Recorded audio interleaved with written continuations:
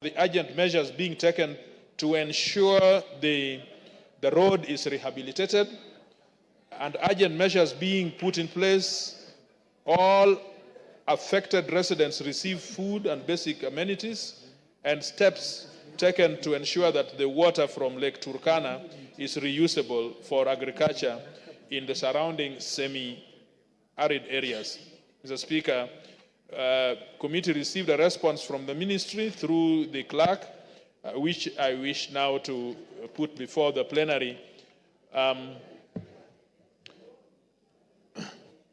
Honorable Speaker,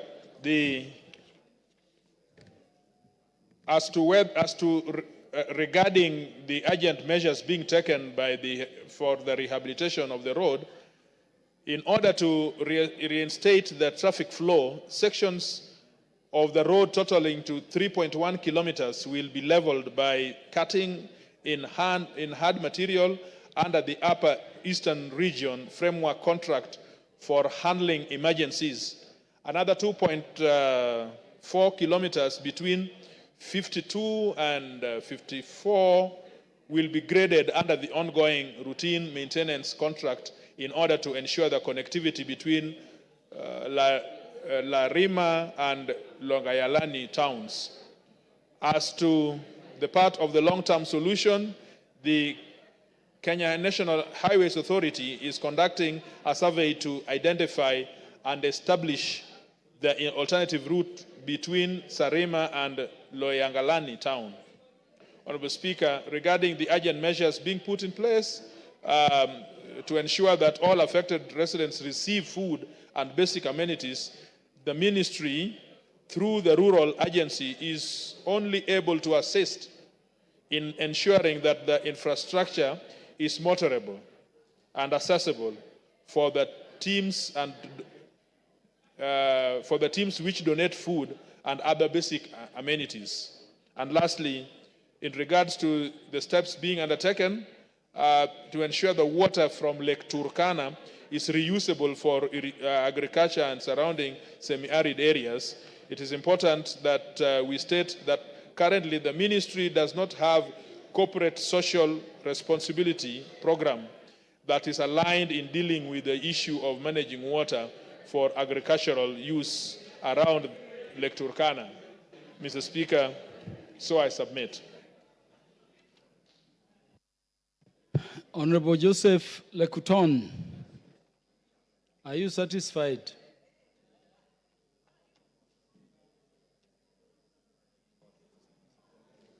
Oh, thank you, Mr. Speaker. Mr. Speaker, I am satisfied.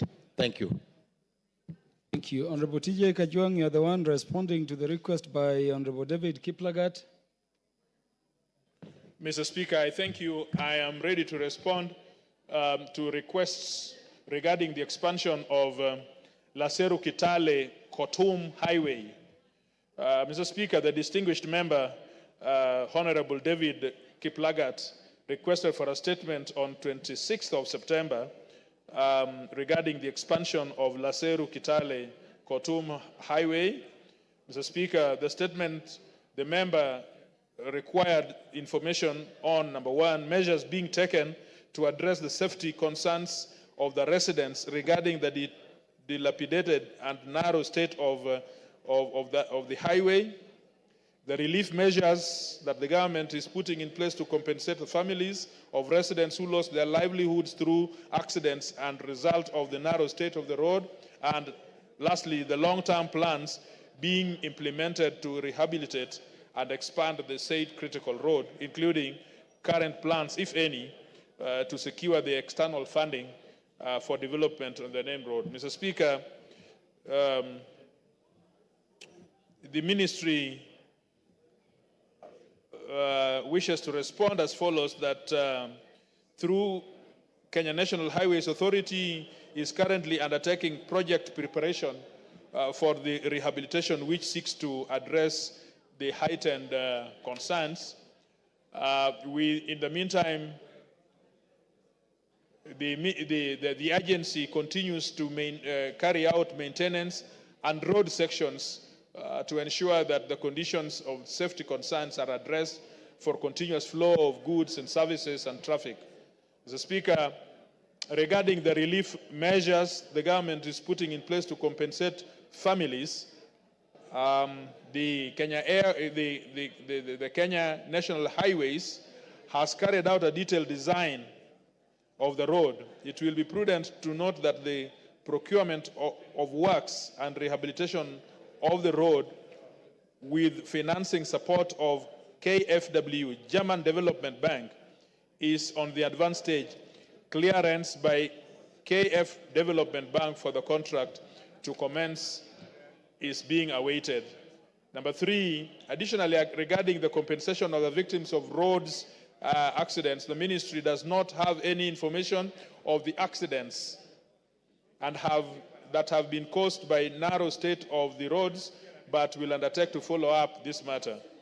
So, Mr. Speaker, the last one concerning the long-term plans being implemented to rehabilitate and expand the roads, we submit that the government is working on secure financing for the road sections between Leseru, Kitale, Mopas, and Otum. Mr. Speaker, we wish to submit. Thank you. Honorable David Kiplagat.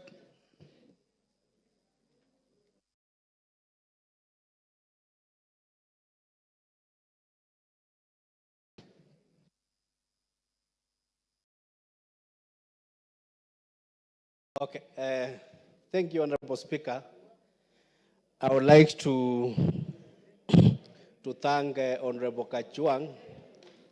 I can see broad-based government is now working. That a statement is being given by Honorable Kachwang, but that is in order. From the statement, I think it misses basic answers as to why we were asking the question. It is important to note that the Leseru Kitale Kortum Highway is the narrowest of roads, north of Limpopo, south of Sahara. And I wish the committee could find time and visit the road so that they can understand what kind of road we are talking about. And we are not just talking about a highway. This opens up to the corridor that links us to Southern Sudan. So it is a very important artery that links this country to Southern Sudan and Egypt. And if you look at the road, it has caused quite a number of accidents. And in fact, before I brought the statement, my bodyguard had just lost lost a relative through an accident that occurred between the riverbed and Soy Center. And if you can see that road, it is steep in the hill, and then it is very narrow. Hence, in the process of vehicles exchanging or overtaking each other, it results in accidents occurring. So it is very important that I will get the list, Mr. Speaker, sir. I will get the list of all the victims that have lost their lives through that road that is in pathetic condition, so that you can now be able to answer as to what will happen to the victims. I think the list you will be able to get. It is also very important that we note there has been ongoing financing from African Development Bank and the German Bank, but the wheels of making it speedy has been lacking. So it is very important that you also tell us when is the expansion of the road starting. And I wish I can see Honorable Bissau, the ME for Kiminini. We are sharing the road, but he's engaged in other things. I don't know. I think he should be listening so that he can be able to actually talk about the road, but I can see him, he's just...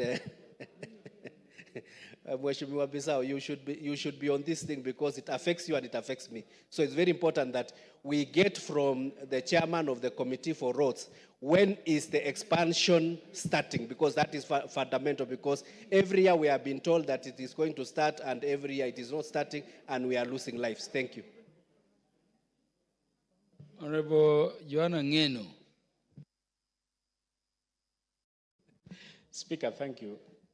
Previously also I would have wished to understand from the Committee on Roads, if the road that branches from the highway, Nairobi, Nakuru, to Maimayu, if they have ever thought of visiting that road, look at the traffic that normally hauls up in that road, making even the people who are using that road to spend even more than 2-3 days when a lorry or a trailer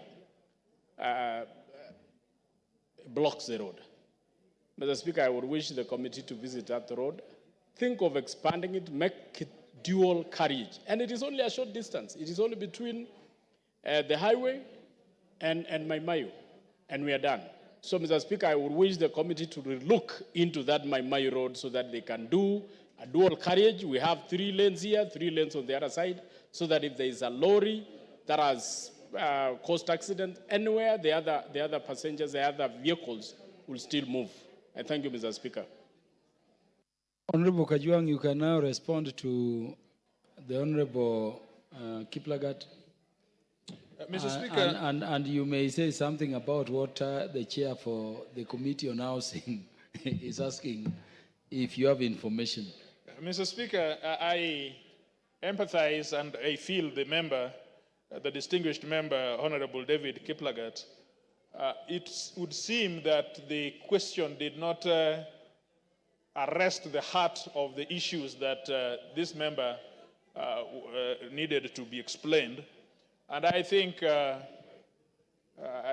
as a ranking member, I probably would advise my distinguished junior that when you compose questions to the minister, it is necessary to compose questions which are specific, because it is known that the cabinet secretaries will use every small diversion to run away from the issues that are before the House. So you can see that the member here was talking about measures being undertaken to address safety concerns of his constituents, the residents.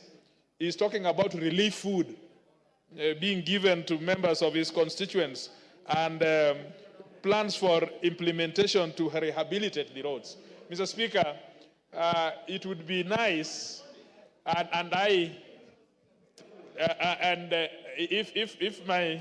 if my learned junior The Honorable Kiplagat benefit from.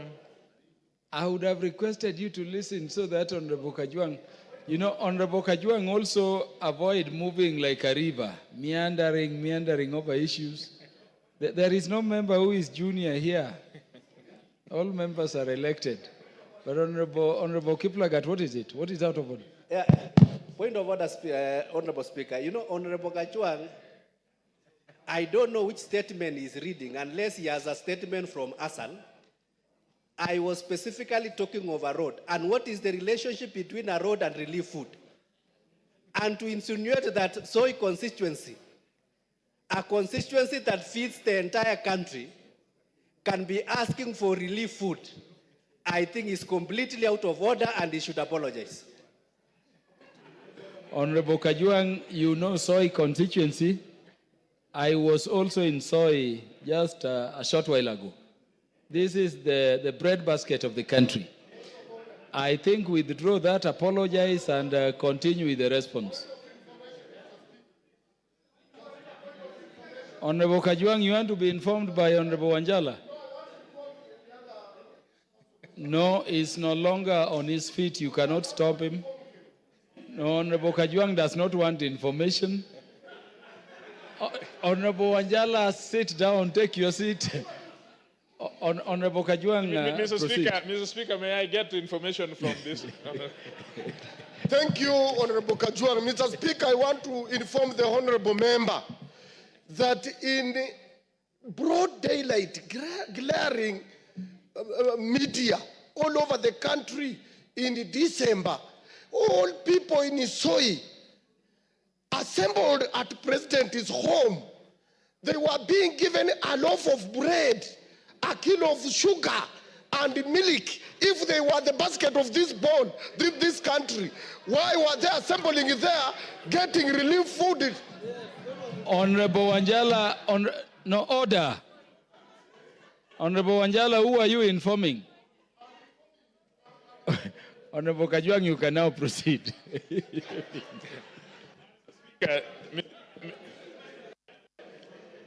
I thank you, Mr. Speaker.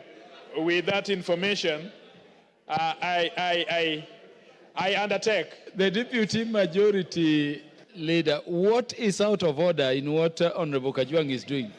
You know, relevance and using disparaging language in Parliament should not be entertained. Honorable Speaker, the people of Soy, the ones that I know, can never queue for a loaf of bread. Yes. Because the people of Soy are decent, hardworking, wealthy people. So even for Christmas, they slaughter bulls and they eat well. So I'm sure the Honorable Wanjala is talking about soybeans or soya or something else, but not the honorable people of Soy. And I think the things that Honorable Wanjala takes sometimes make him say things like that. We need to gag Honorable Wanjala. He needs to apologize and withdraw that disparaging remark about the people of Soy. Honorable Wanjala, please. Honorable Wanjala, is Honorable Wanjala attending to what is happening in the House? It is demanded that before Honorable Kajwang concludes the business he was engaged in, you withdraw that statement you made and apologize. Mr. Speaker, why should I apologize? The obvious. And as we saw, all Kenyans saw it. They were lining up, getting food. Honorable December. Honorable Wanjala. Honorable Wanjala, order. Honorable Wanjala. Honorable Wanjala. Honorable Wanjala. You are saying the whole of Kenya knows I didn't see it myself. So do you want to apologize? Mr. Speaker, if you didn't see it, we saw it on your behalf because it was on public TVs. Yes, Honorable Chepkonga.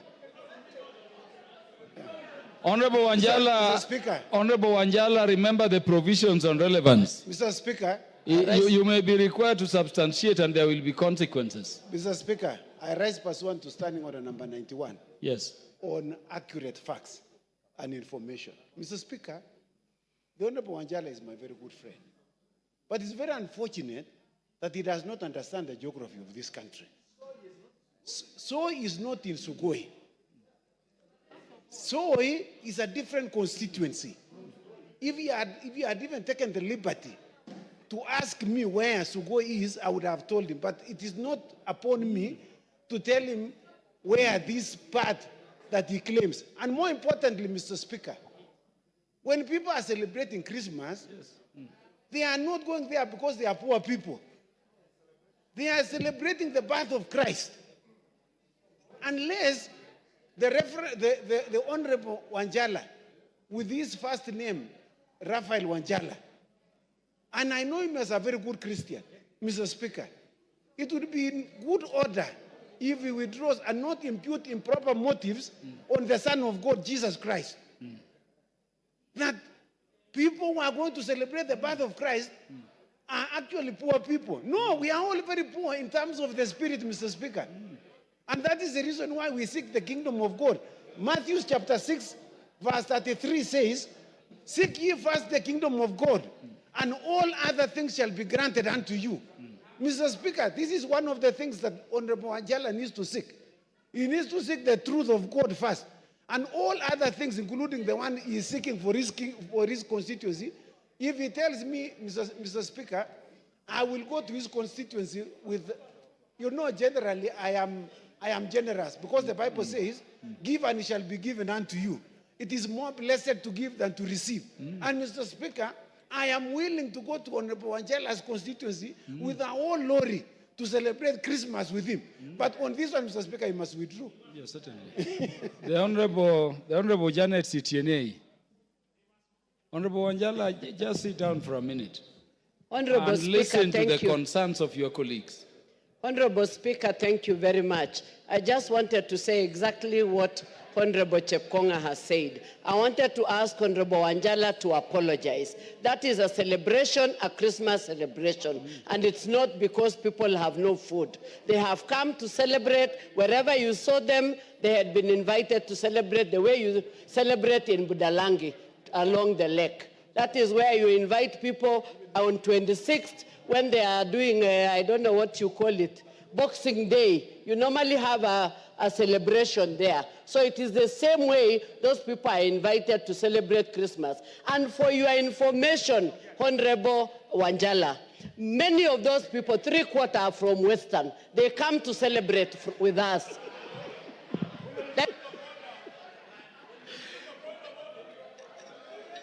The Honorable DK Kiplagat.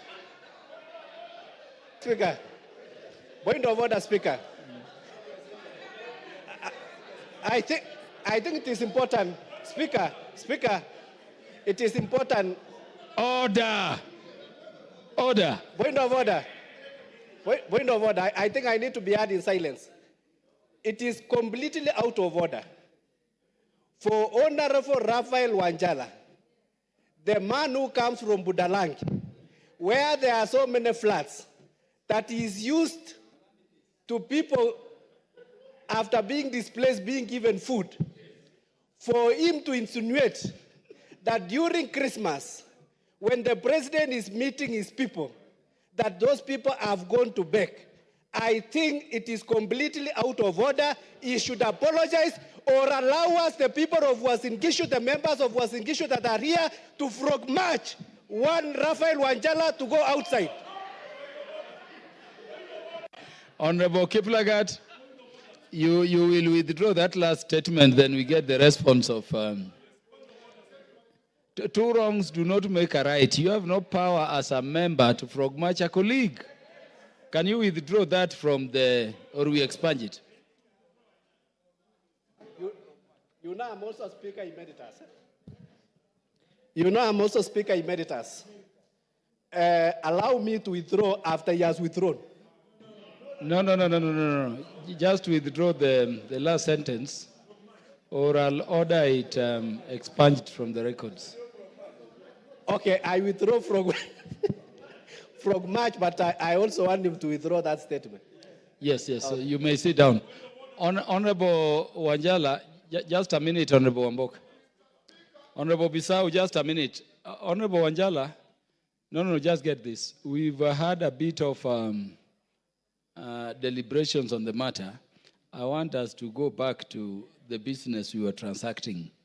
So make it easy for the House to transact business. Just withdraw that statement so that we can mainstream back to Honorable Kajwang. Honorable Wamboka, you want to... I will hear you, Honorable Wamboka, after Honorable Wanjala withdraws. Mr. Speaker, I want first of all to agree with the honorable member that Budalangi is a place that is flooded, and even when people are getting that food in Sugoi, we expected the president, who is the president of the whole country, to bring that food to people of Budalangi who are staying in camps, instead of giving to people who have more than enough, as he claims. If they had enough, why were they lining up Honorable getting Wanjala, that food? Honorable Wanjala. No, Honorable Wanjala, I'm still with you. I don't know whether you're attending. Can you listen to the chair, Honorable Wanjala? Honorable Wanjala, the statement I want you to withdraw was the statement imputing that the people who are wherever you say went there because they are poor. The clarification being made, which I hear you agree with, is that those people were there celebrating Christmas, and so the bread they were being given was not because of lack, but because they were celebrating. You may be right, the president could have extended it elsewhere, but it is wrong to those Kenyans to portray them as people who lacked completely. when you know, as we all know, that the people of Soy, so within Uasin Gishu, which is the breadbasket of the country. So we just withdraw that statement so that we can go back to the business of Parliament. Honorable Wanjala, don't compel the Speaker.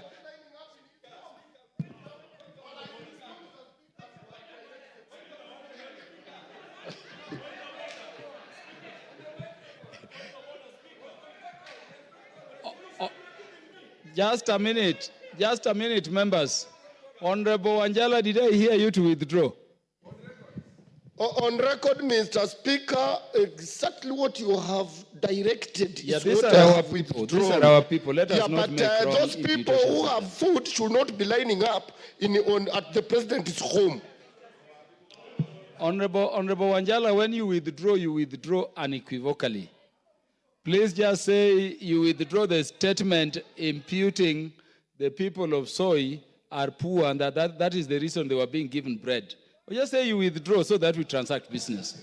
But Mr. Speaker, I withdraw, and he should also withdraw, the honorable member should withdraw to have said that the lawyers are the ones who are lining there.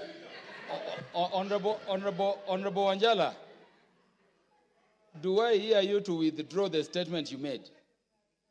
Mr. Speaker. Thank you. So, Honorable Kajwang.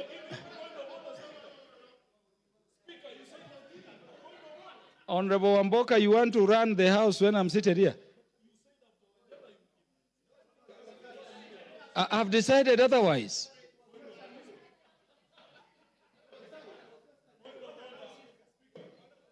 Yeah. Honorable Wanjala, Wamboka, let me hear you now. Thank you, Honorable Speaker. I have 2 points to make.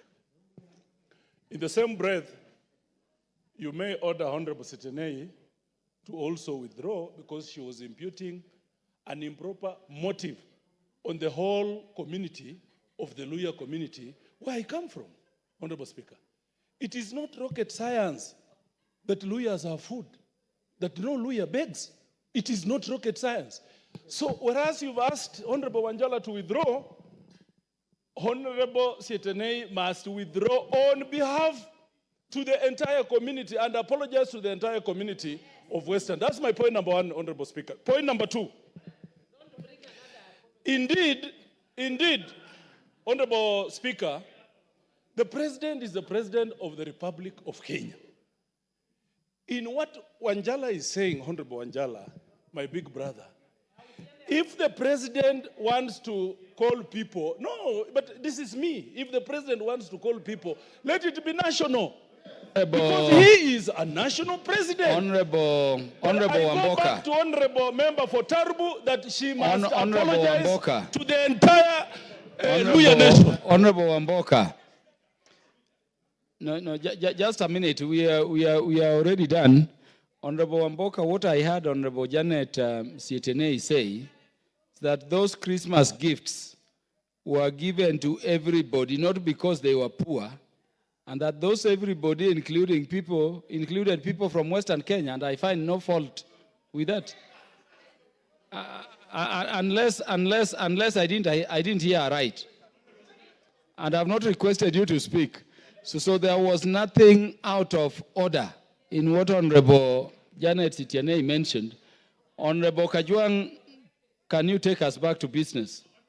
Please respond to the last statement. Mr. Speaker, I was interrupted when Honorable Member for Budalangi. Deputy Majority Leader insists on disrupting you again, Honorable Kajwang.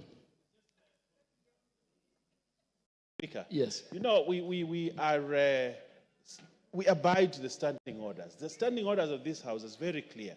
You cannot discuss the name of the president in this House without a substantive motion. And that is what the standing orders say. So when I hear Honorable Wamboka, I hear Honorable Wanjala mention the name of the president and want to discuss him in whatever light in this House, it needs to be done with a substantive motion, which they have not done. So, Honorable Speaker, I think it is the onus is on you, Honorable Speaker, to guide the House that they avoid that kind of a discussion. The Honorable Owen Bayer, the Speaker here is very keen And I can tell you in this broad-based government arrangement, the speaker seated here will not allow the name of the president to be discussed without a substantive motion. The request Honorable Amboka and Honorable Wanjala made, if I heard them rightly, was that while giving Christmas gifts anywhere, the president should spread nationally. That is a request, and I don't find anything wrong with that, except Honorable Amboka and Honorable Wanjala. I know we also celebrate Christmas with people who are around us wherever we celebrate it. To expect the president as an individual to be everywhere at the same time may also be difficult. But I think we move astride. Honorable Kajwang, we can proceed. Mr. Speaker, I was interrupted gladly when the Honorable Member for Budalangi sought to inform me, and I can confirm, I know the member for Budalangi, he drinks nothing other than milk and honey. And I accept the information that the member is giving us. Mr. Speaker, back to the business. I concede that the content of this response, remember, this is not the response of the chair of the relevant Honorable Kajwang, because time is so gone, if you agree there is inadequacy in the response, in terms of addressing the other issues mentioned by Honorable Kiplagat, why don't you just intervene in the manner we normally intervene so that we can transact the remaining business?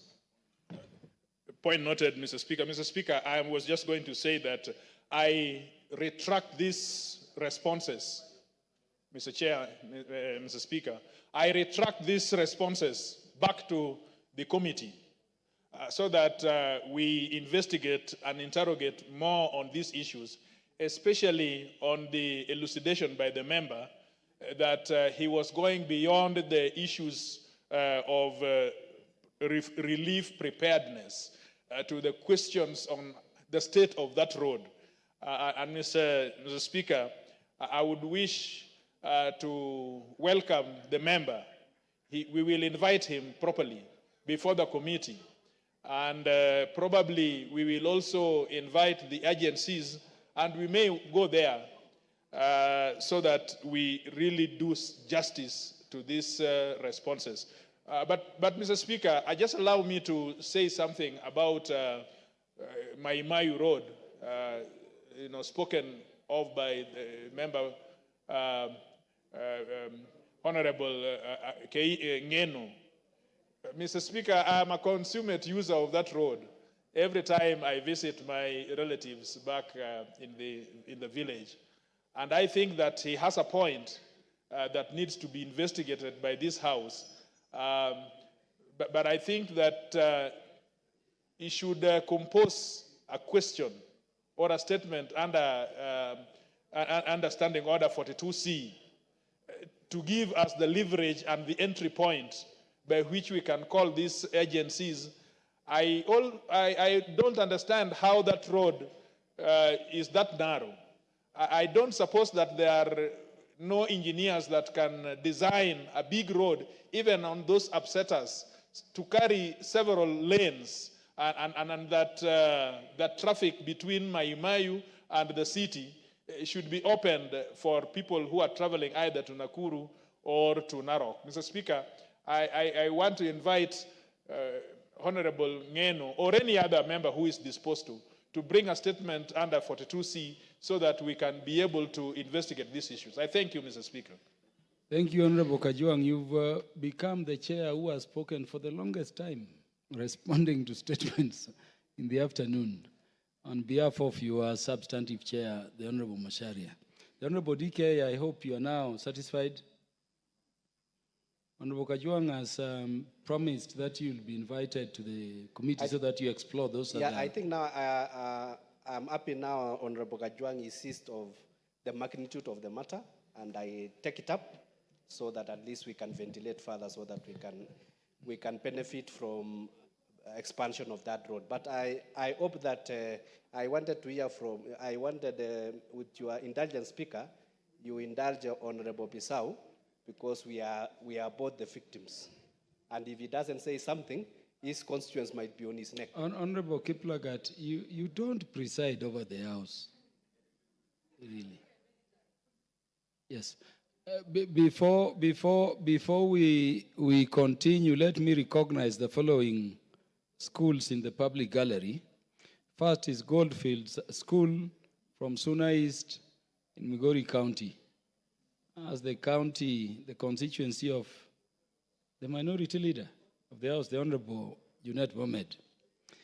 And then also in the public gallery is Migosi SDA School from Kisumu Central, Kisumu County. The students and their teachers from those two schools are welcome to the National Assembly to observe the proceedings of the House. The Honorable Kimani Kuria. Thank you, Honorable Speaker. So, Honorable Speaker. What is out of order, the Honorable Bissau? Chair, what is out of order?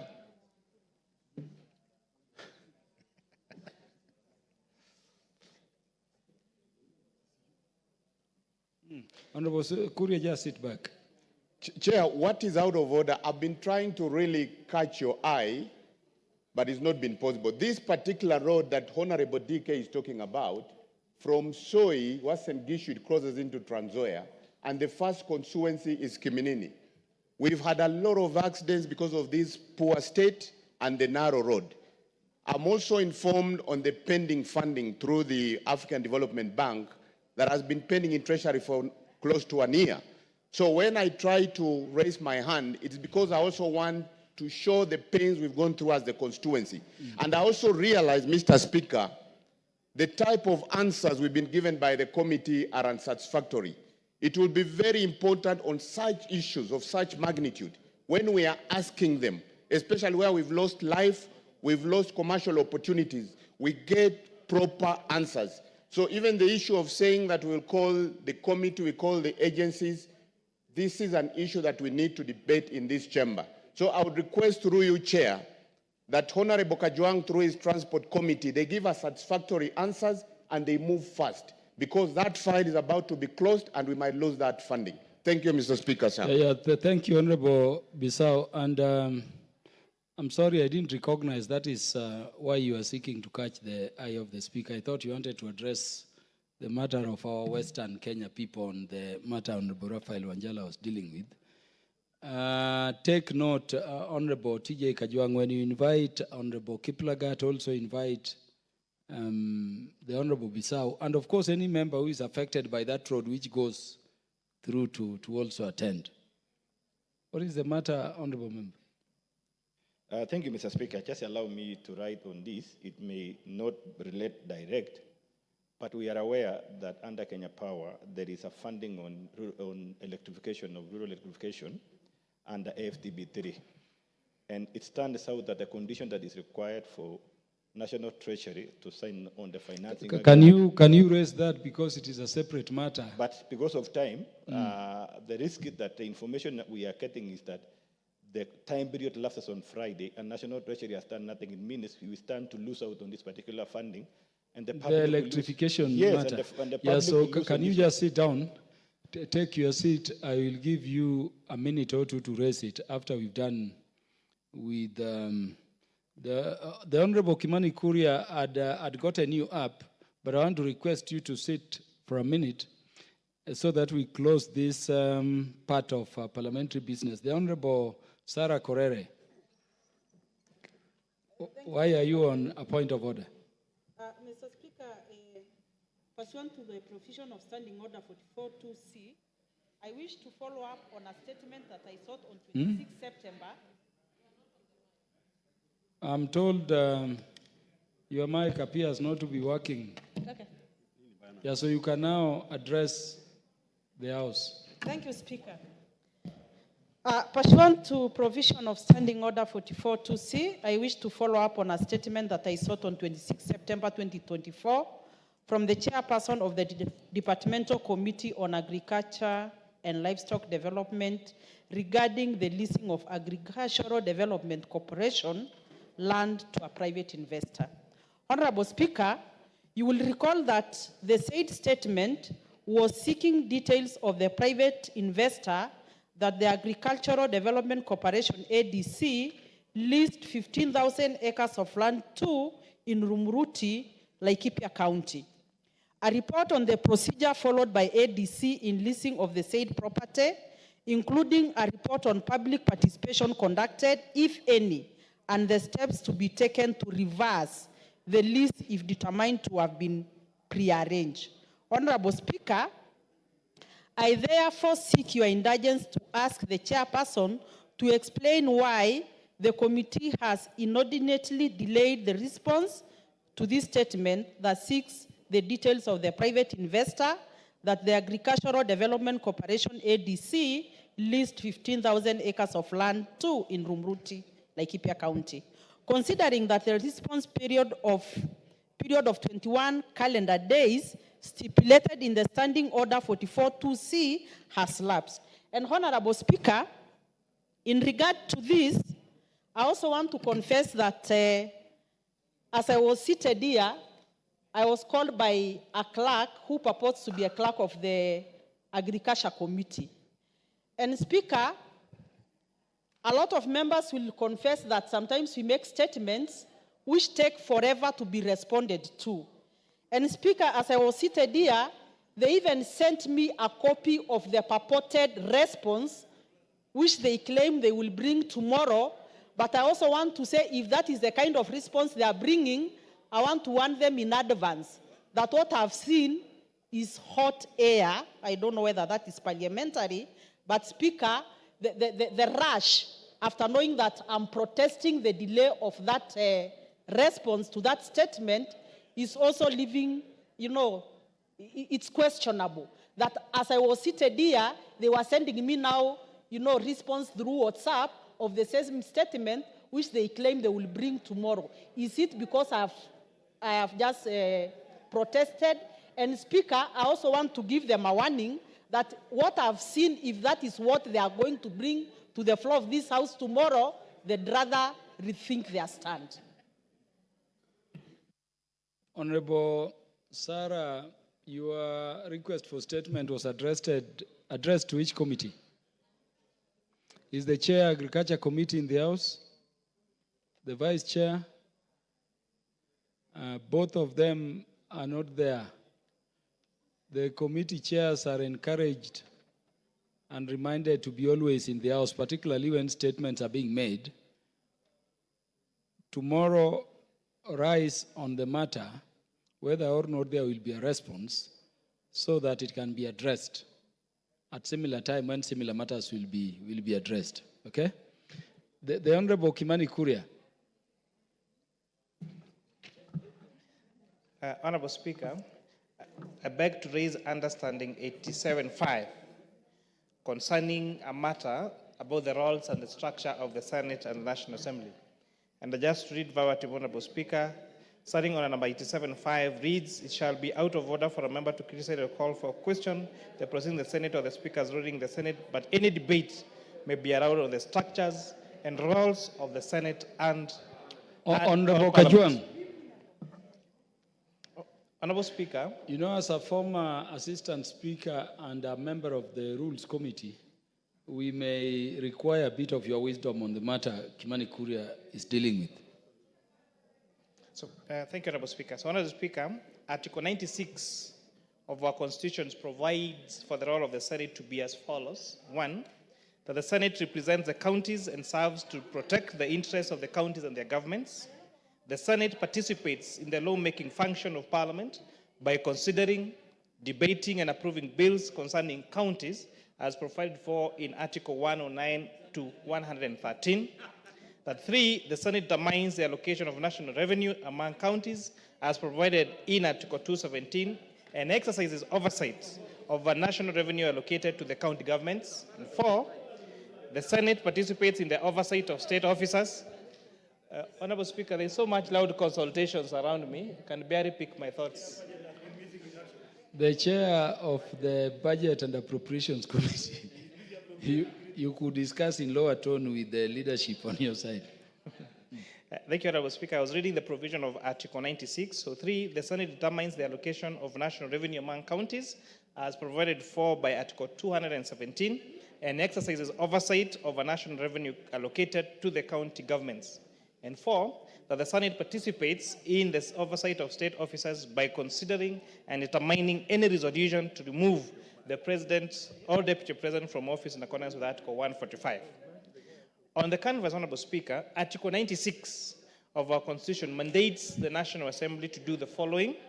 1, to represent the people of the constituencies and special interests in the National Assembly, deliberate on and resolve issues of concern to the people, enact legislation in accordance with Part 4 of this chapter, determine allocation in national revenue between the levels of government as provided for in Part 4 of Chapter 12, and 5, appropriate funds for expenditure by the national government and other national state organs, and lastly, exercise oversight over national revenue and its expenditures.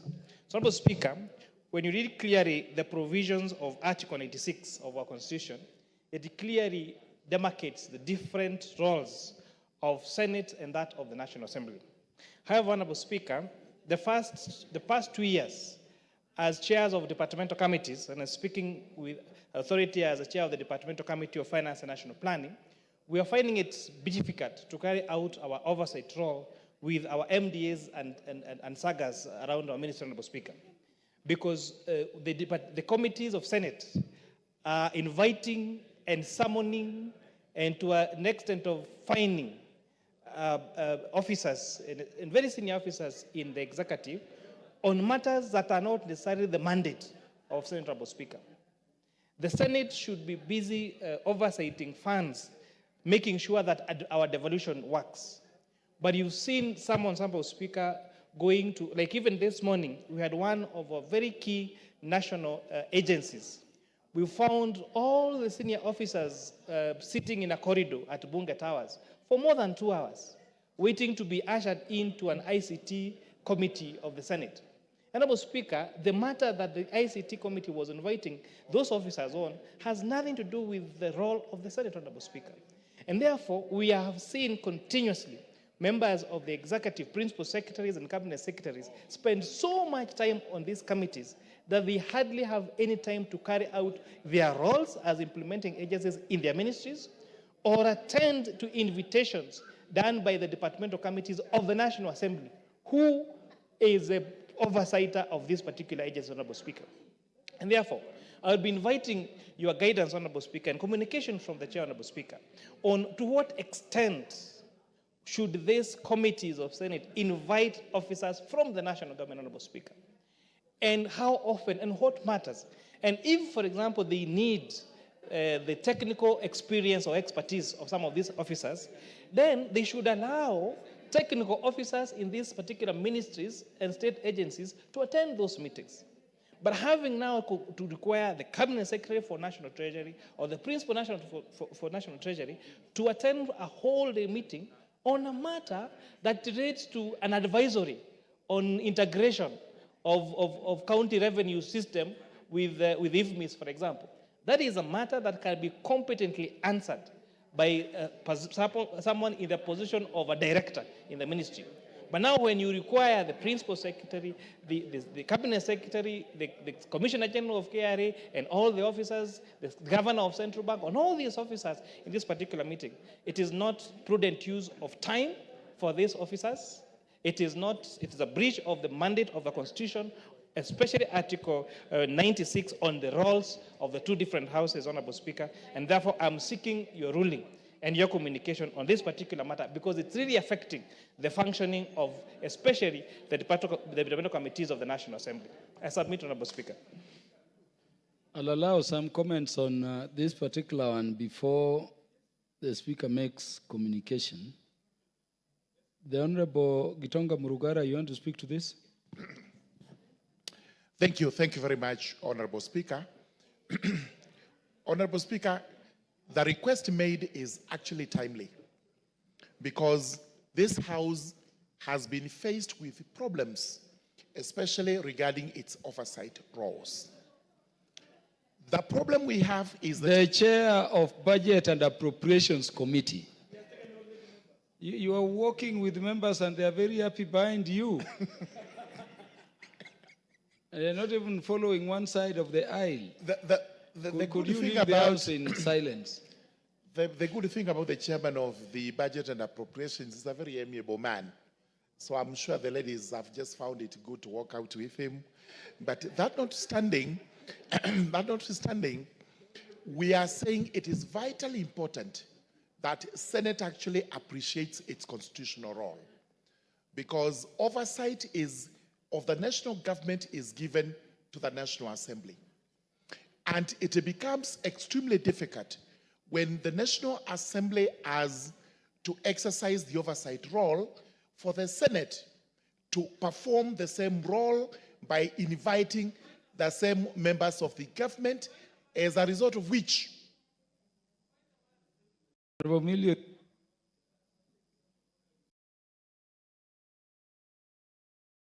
Yes, the minority whip. Yes, thank you, Chair. Thank you, Mr. Speaker. Mr. Speaker, I'm just wondering whether the honorable member is, in order to make the comments is made about the chair for Budget Committee, especially at a time when we have just seen a case from Equatorial Guinea of a man who is supposed to have gone around with 400 women. Is he encouraging such bad behavior in this country?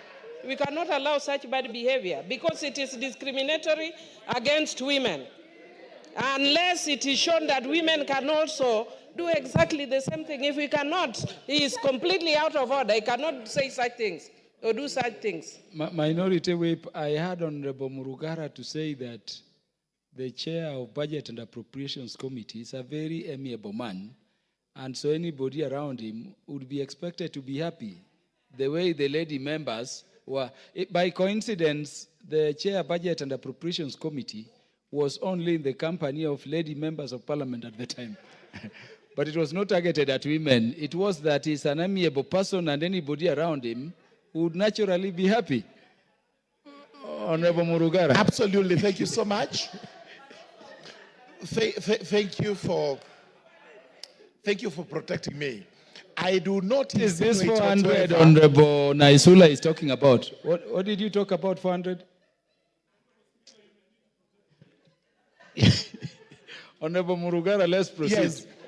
Yeah. The trouble is Honorable Wamboka is also seated next to the honorable members, including the minority whip and the gracious lady from Samburu. And therefore, you can see how excited he is. And the next one is John Makali. And these are all gentlemen from Western Kenya, and they are well known for this. And that leads me to say, I do not want to attribute them to what was from Equatorial Guinea. It was quite hilarious to read what that cabinet secretary was doing there. But the only thing that is in common is the happiness. As the ladies left with Did you say hilarious or despicable? No. What the guy in Equatorial Guinea was doing? It was hilarious because I don't know whether it is true or not true. I actually took it with a pinch of salt. I don't think it is true, but there we are. Wamboka, we will not disrupt main parliamentary business for points of order. Yeah, so you'll allow Honorable Murugara to continue. So let's continue with the problems we have with the Senate. Which problem is that this House must be allowed to do its oversight role on the executive. And the executive here, we mean the national government. There is no way committees can summon senior members of the executive for purposes of ensuring that the government is running properly, only to be told that the same members are being summoned by the Senate. We need a clarification as regards the constitutional roles of the Senate and of the National Assembly. The Senate must always know that its role is limited to matters relating to county governments. And there is a lot to do regarding county governments. So they cannot be hard to say there is so little to do where the counties are concerned, and therefore we have to delve or poke our noses into what the national government does. Sometimes they try to say that the roles are cross-cutting, and this we now need clarified. There is no role that is cross-cutting between the national government and the county governments, so that the Senate can now find itself delving into matters of the national government. I think the request is timely. Kindly make a ruling so that we all know that we need to meet the executive when time comes without any deviation from the Senate. Thank you very much. Honourable members, this is a very serious matter. I wish we would give it the attention we are now giving it. That's why I requested Honourable Kajwang to sit back. Because you see, principal secretaries, cabinet secretaries are permanently in the Senate addressing not matters of county, but matters of the national government. So much so that you are searching for cabinet secretaries or principal secretaries to address the matters of the national government. You barely find them. This is the stem of the matter. The Honorable Owen Bayer. I've noticed you, Honorable Kirima. Honorable Speaker, this is a very serious matter. And it is a matter that needs to be canvassed in such a way that we get a solution at the end of the day. Honorable Speaker, this Constitution is supreme.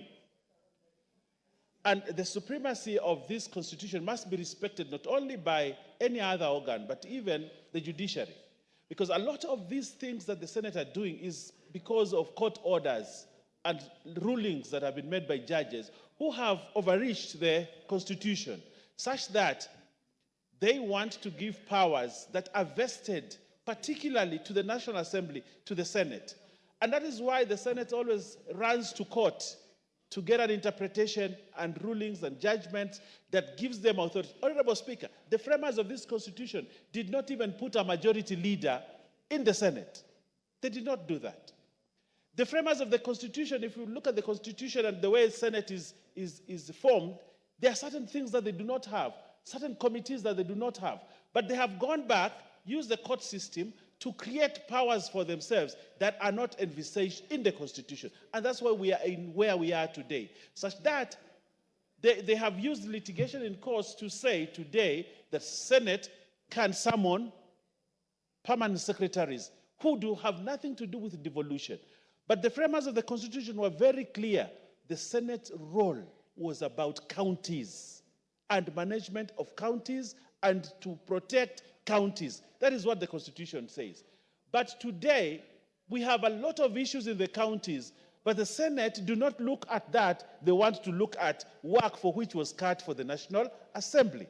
Honorable Speaker, it is very sad. I met an MDA officer today, one of the MDA officers, and he said, I've spent a whole day in the Senate asking me questions which I have already answered in the National Assembly. Honorable Speaker, if you remember the Ruaraka land case,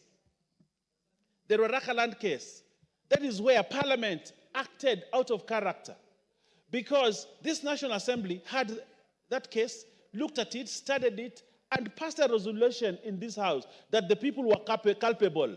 The former minister and all the people were culpable, which was actually the role of this House to do that.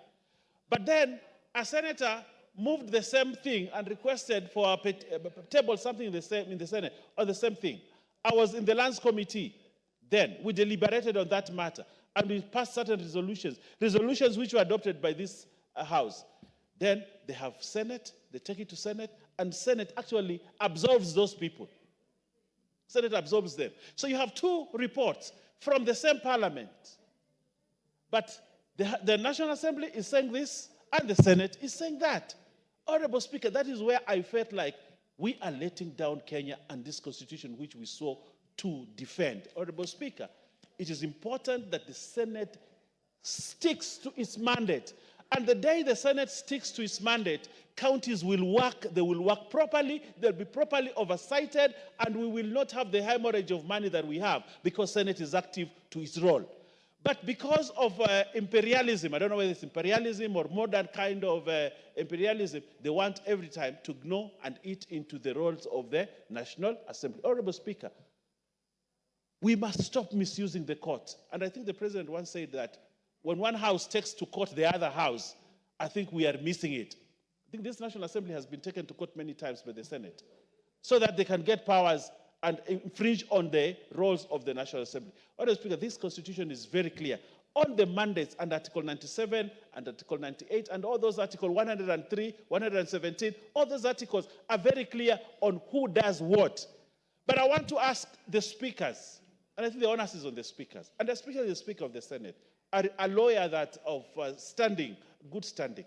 He needs to rein in on senators. And anything that comes to the floor of the House, he should not approve something that he knows is infringing on the House of Parliament, on the National Assembly. Because it is the Speaker who sits there, who will approve that thing. It comes to the Senate floor and it is discussed.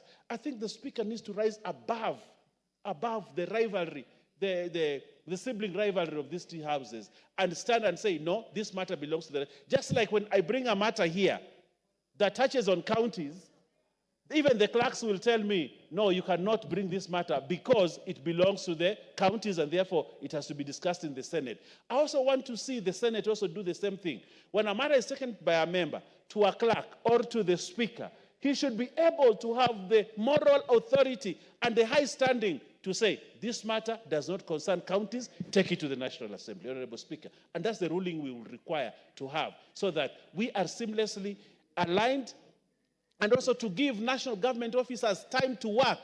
You cannot have a cabinet secretary in the Senate throughout for a whole day, tomorrow, the next day. Then now they're even summoning PSs.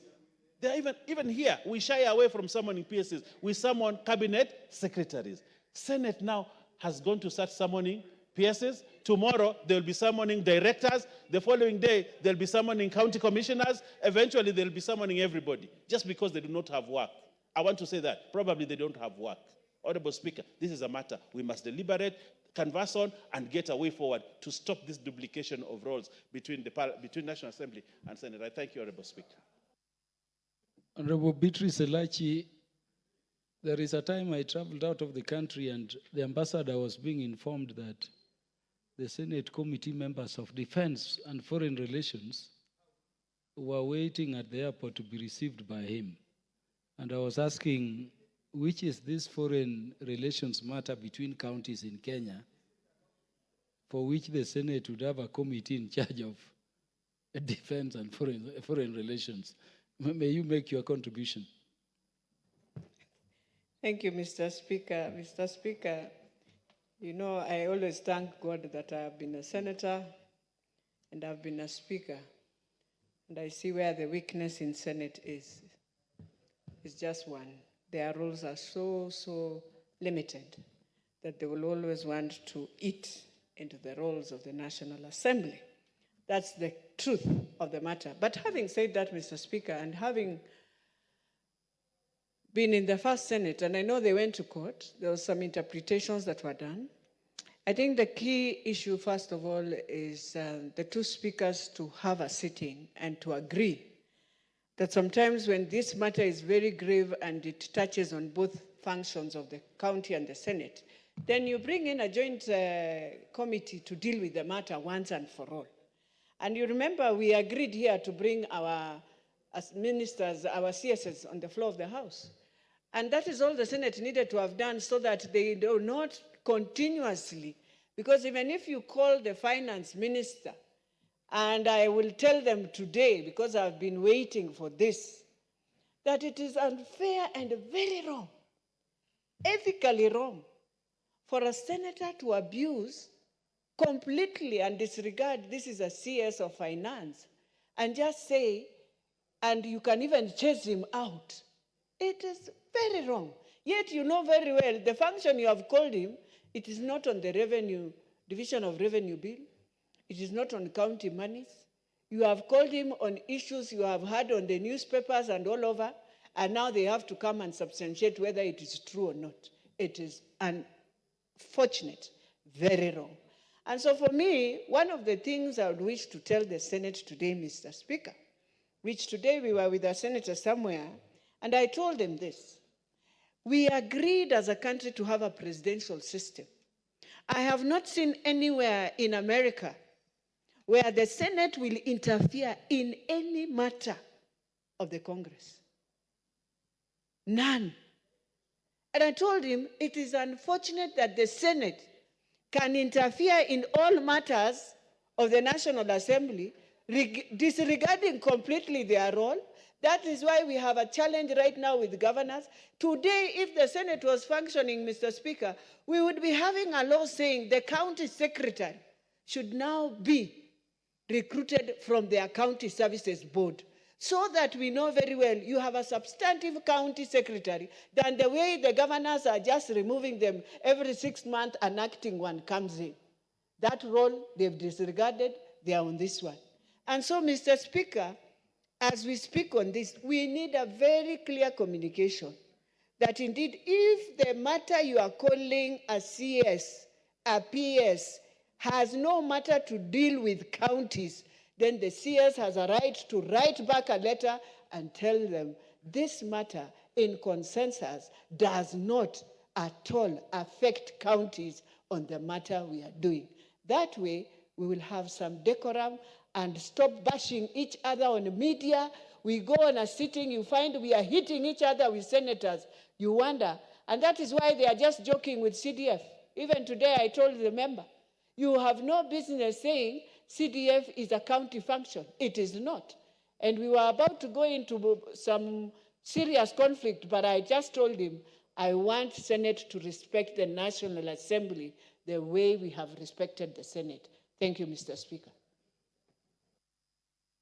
Honorable Moses Kirima, then Honorable Tom Kajwang. Thank you. Then Honorable David Ochieng. Thank you, in that Mr. order. Speaker, sir. Junior or not junior, here we are all members of Parliament, Mr. Speaker, sir. Thank you, Mr. Speaker, sir, for giving me this opportunity to address this issue. This is an issue which, as really, can I be given a chance? This is a very serious matter. Miri, this is a very serious matter which requires a lot of attention to all of us.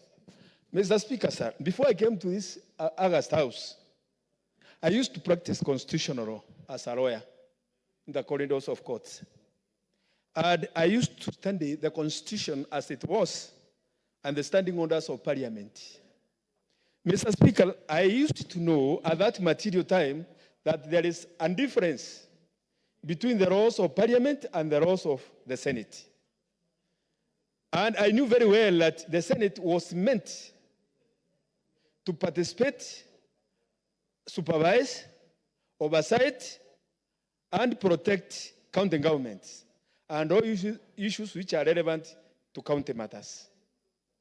At the same time, Mr. Speaker, sir, I knew very well that the National Assembly major mandate was to legislate, oversight the national government, and do anything which pertains to the public as it relates to the matters concerning the executive, where it relates to the public matters.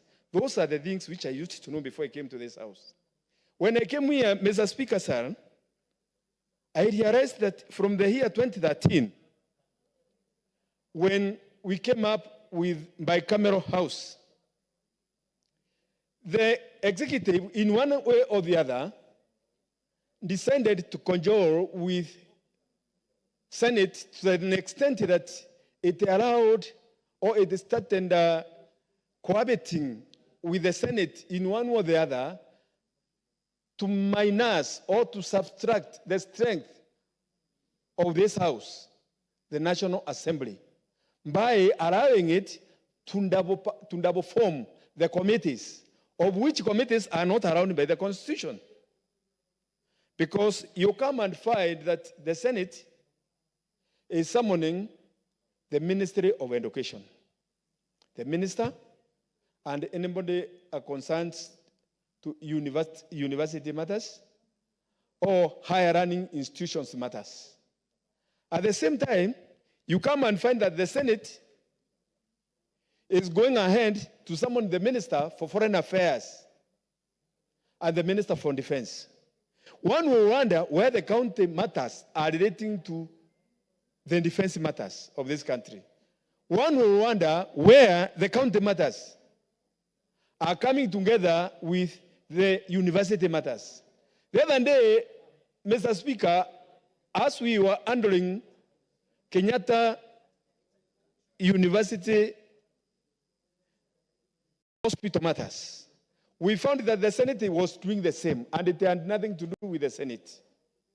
The other day, when we were handling matters to do with defense, the Mbatuku issues, we came and found that the Senate is also handling the same matters. So these two houses, the Senate and the National Assembly, they end up giving contradictory rulings and opinions. And it's the National Assembly and the Senate, respective houses, which should be coming up with answers which are not contradicting, because the public expects to be protected by these two houses. One at the county level, another one at the national level. Mr. Speaker, sir, this is the high time when the three arms of the government should sit down, not in just the two speakers, and iron out the issues, and avoid where we have duplication of work for the two houses. Mr. Speaker, if I am not wrong, I'll say that, as it has been said before, the Senate has very little work to do. It shouldn't be meeting only when it is dealing with counter issues. If you interpret the Constitution whereas it is that the Senate should not even be sitting on daily basis because it has no work to do. It shouldn't be meeting on maybe quarterly basis or 1 year per term. One time per year, so that at least it can come with work from the county government. The Senate has exposed us to the county government.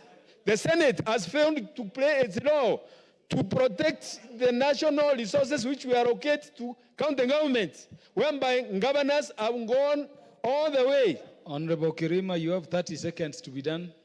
I'm bringing that the Senate to do its role to protect the public, the taxpayers' money at the county government, so that at least the money which is being squandered by the governors at least can be protected through the Senate. But now it has abandoned its work and it has descended to interfere with the work of this House. What do we do? Can the three arms of the government meet? That's the executive, the assembly, and then the judiciary, and iron out this matter, because now, as per this House, it's here to protect the Constitution. If you remember just 1 week ago, Mr. Speaker, if you can allow me just 2 seconds or so. If you remember, the last 2 weeks, we were standing here to protect the Constitution as it is, and that's why we carried out the activities which we carried out for the last 1 month, and it didn't bear fruits. Can this one be done exactly like that in this Article 96? We come out clear as per protecting the Constitution, because now we are allowing the Constitution to be abused by the same House, which shouldn't be protecting the same Constitution, Mr. Speaker, sir. I thereby lay my case. Yeah, thank you, Honorable Kirima. The Honorable TJ Kajwang.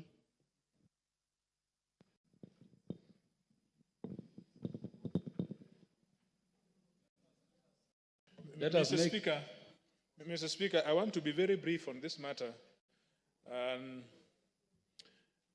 I don't want to lament, because we are reducing this House in the book of lamentation. And I think that probably we are answering. I also don't know whether those senators or those people concerned are watching these devices. So perhaps we may be talking to ourselves. But I first of all want to take issue with the deputy leader of majority. In your position, and buttressed by your able lady, your deputy on your right, in those enviable positions, you don't lament. You create leadership. Let some of us from the backbench lament and spew everything that we want, but you take us to where resolutions will be found. Now we are adding you the bad girl. Yes, we are adding you, the bad girl, into your arsenals. You are leaders. You must come back to us with positions of leadership that we can take. First of all, I would have wished that the chair of finance would have raised this issue when the substantive speaker was present. But that notwithstanding, Mr. Speaker, you then now take the role to give us a reasoned response, because this is a very big issue touching on constitutional law and interrelationship between the houses. I think that we need to involve a more diplomatic approach. You probably want to think and look at a group of persons, and I suppose that they could be ranking members of both houses, to advise the speakers, the two speakers. Because one of the issues that we had in the other parliament was the discord, which was apparent between the leadership of the Senate and the leadership. In this leadership, I mean the speakers of the Senate and the Speaker of the National Assembly. It was very difficult, even on a simple issue, such as to see which bill goes to which house, was difficult. And yet the Constitution seems to say very clearly how that can be handled. I think that we need to have a committee of ranking members advising the Speaker of the National Assembly. Also, a committee of ranking members advising the Speaker of the Senate. That Speaker of the Senate was once in this house and knows inside this house, ins and out. So we should come with a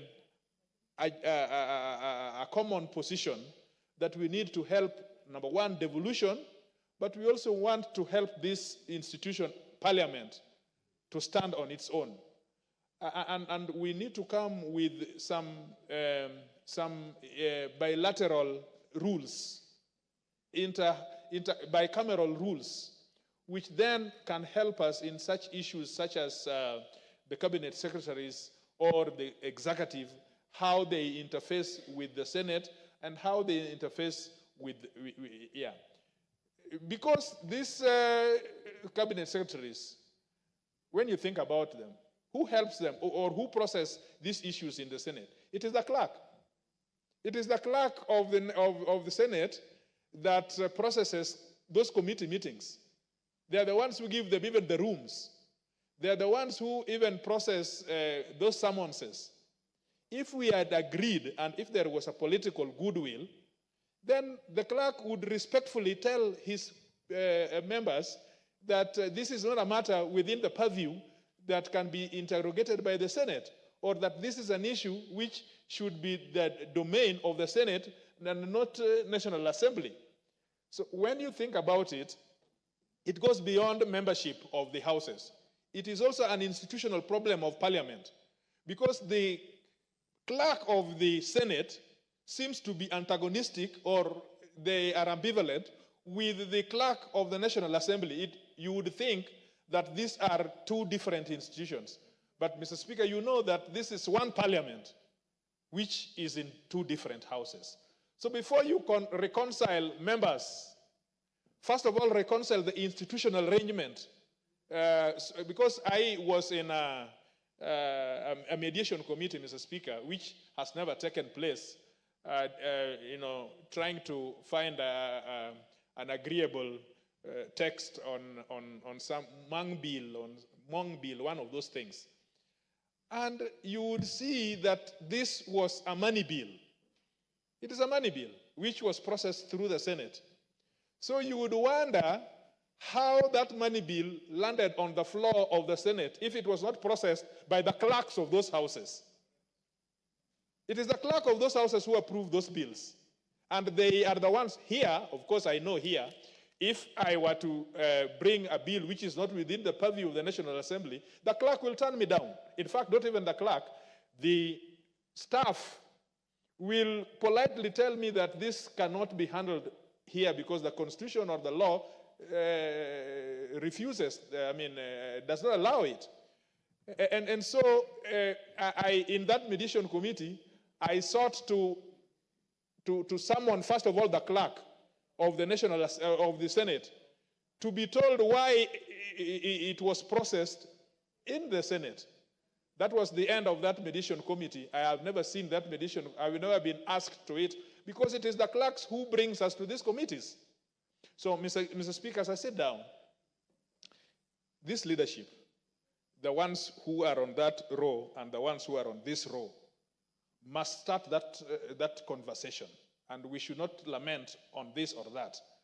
They must now find a way on how to get the Speaker of the National Assembly and the Speaker of the Senate to agree that we have an institutional problem, and the legislative mechanism or the regulatory mechanism, if it could be by way of regulations, I do not know. But we must be having something which would let us know what cabinet secretary answer to where and how these relations are managed, instead of coming to lament, which will be useful for the public, but may not be useful for the integration of the Parliament. Thank you, Mr. Speaker. Yeah, Honorable Chepkonga, I saw the Senate summon the CS for Treasury. They were very livid in the media. And when the CS goes, the matters being dealt with, the matters for the national government. Please have your comment in 3 minutes. Members, do we end it at Honorable Chepkonga so that the Speaker can give communication? Yeah, thank you, Honorable Speaker. Yes, so can you do be as brief as possible? I will be as succinct as I can, Mr. Speaker. Mr. Speaker, I'd like to thank the Honorable Courier, my good friend, for bringing up this matter. Mr. Speaker, Article 93 of the Constitution is absolutely very clear. It states in sub-article 2, it says the National Assembly and the Senate shall perform their respective functions in accordance with this Constitution. The drafters of this Constitution were very clear. They knew which house will perform what function, Mr. Speaker. And so those functions were therefore divided in the fourth schedule. And it is provided what the National Assembly will oversight, what the Senate will oversight. It leaves no confusion, neither contradiction, neither challenges to any of the houses. The law is very clear. Mr. Speaker, you know, if you look at article on the removal, on the role of Parliament, and particularly the Senate, with regard to Article 96(4), it says the Senate participates in the oversight of state officers. And then it restricts those state officers who they participate in oversighting. And it talks about the president and the deputy president. Mr. Speaker, the question that we would like to ask, when they invite state officers who are approved by this House, and they are never approved by the Senate, Mr. Speaker, how do they intend to oversight those state officers? We need a ruling, Mr. Speaker, that state officers should uphold the Constitution as required by Article 3 of the Constitution, Mr. Speaker. And for avoidance of doubt, I'd like to read it for those who may not be conversant. And it states very clearly that this Constitution is the supreme law of the Republic and binds all persons and all state organs at both levels of government. It says no person may lay claim or exercise state authority except as authorized under this Constitution. Mr. Speaker, if the Senate purports to exercise some state authority, which is not delineated to it, they are in breach of the Constitution, Mr. Speaker. And then it says, it goes further to state, Mr. Speaker, that every state officer is obligated to protect and uphold this Constitution, which includes the Senate, includes the National Assembly. The reason why, Mr. Speaker, we don't invite the governors to come to this House is because we are very clear in our mind that it is not our role. Mr. Speaker, we know at some point in our function, in our constituencies, we are aware where the governors have infiltrated into the functions of the national government. And I'll give you one example, Mr. Speaker. Mr. Speaker, if you go to the primary schools, you will find that ECDs are located in primary schools. We have never said those ECDs must be removed, Mr. Speaker. Because it is a county function, we have left them there, Mr. Speaker. And we have not caused any confusion. We have not invited them. In fact, most of the time they come and put up buildings wherever they want in plots or parcels of land that we have purchased using CDF, Mr. Speaker. So that is not a county function. But we don't complain. We are not inviting the governors to appear before the Committee of Education that they are interfering with the education of our children in the primary schools or interfering with the management of the primary schools. Mr. Speaker, we are very clear in our minds. So we are inviting you, Mr. Speaker, that state officers, and particularly the cabinet secretaries, the principal secretaries, when a matter is not relevant, as provided in the Constitution, they should not appear. Mr. Speaker, you have had, you've even seen one which, unfortunately, Mburugara has just walked out. That was, in fact, very hilarious. If you look at the question of Shakahola, there was a committee which was investigating the criminality which obtained in that particular region. Mr. Speaker, DPP is not a devolved function. Neither is it a county function, Mr. Speaker. So why would you waste so much precious money? In fact, you know, it's just that we don't want to say this, Mr. Speaker. It's akin to misuse of public resources to inquire into a function in which they are alien to. So, Mr. Speaker, we want a ruling that obligates the state officers not to go to the Senate. And if they go, Mr. Speaker, we are obligated in this House to commence proceedings for their removal under our role and mandate given to us under Article 94 of the Constitution to oversight state officers, including removing them, Mr. Speaker. We approve them in this House, and they should not go there just wandering, looking for work to do. The work to do is found in the National Assembly, Mr. Speaker. So we want a very clear ruling to the state officers, Mr. Speaker. It's not to the Senate. It should not be direct to the Senate. It should be direct to the state officers. In the event of conflict between the National Assembly and the Senate with regard to one particular matter, like, for instance, the question of Adani, that is not the airports, although they are in counties, they are in Kenya. It is a national function. Why would you? And then I saw some senators using big words. We are not lacking. Neither are we bereft of those words, Mr. Speaker. If they appear before us, we will also use big words. If they want us to use big words, we are here, Mr. Speaker. And so I would like to urge you, Mr. Speaker, to give a ruling, a recent ruling, and must be directed to the cabinet secretaries that they should not keep wondering when they appeared before this House, when they were being vetted, Mr. Speaker. They swore that they are going to uphold the Constitution, and they must continue to uphold the Constitution. If they are in breach of the Constitution, we will commence sanctions against them. I thank you, Mr. Speaker. Honorable David Ucheng. Honorable members, not more than 2 minutes. We want to transact substantive business. Honorable Speaker, I couldn't agree more with the Honorable Senior Shif Konga. But I wanted us to look at a different angle, Mr. Speaker, as you deliver this ruling.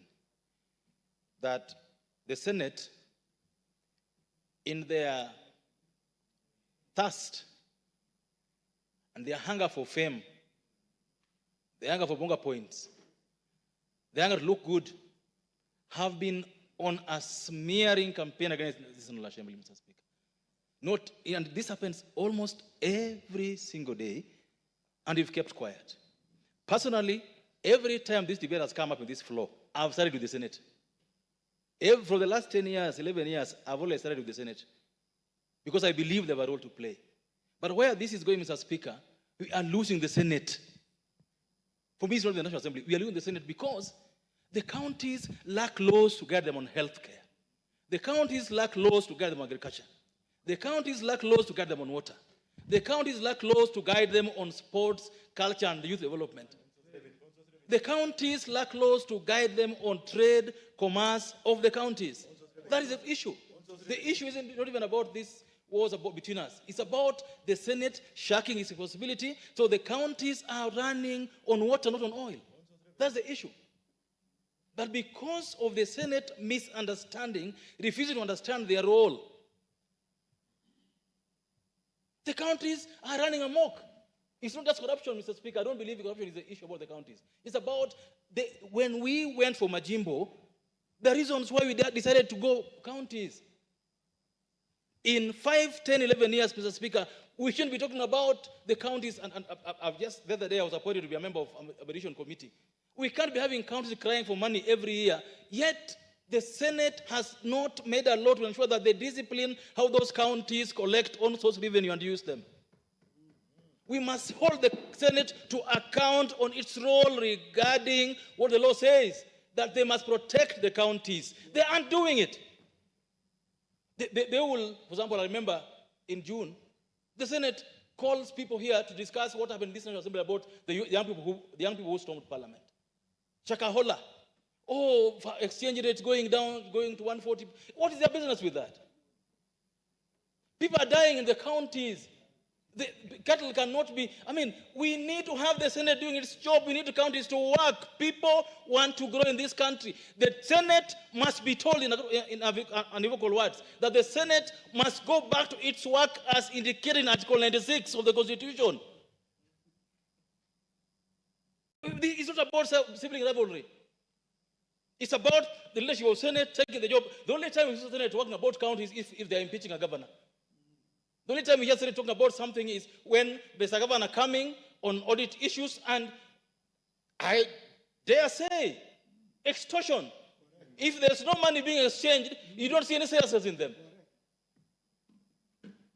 The reason they even go into calling PSs the ministers is not because they want the best for the country. It's not because of something they're going to do for us. It's because they want a chance for rent seeking. It has to stop. And this House has to stop it. So, Speaker, it's us who must put our feet on. Honorable Chebuka said it. If you can't vet, you can't oversight. If you can't vet, you can't hold accountable. They don't vet ministers. They don't vet PSs. What will they do if they don't go back, if they don't go there? What will the Senate do if the minister refuses to go there? What can they do? Even impeaching the president and the deputy, it must start from here. They can't start with their own motto.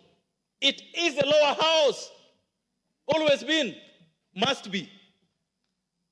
This must be communicated to them in unequivocal terms.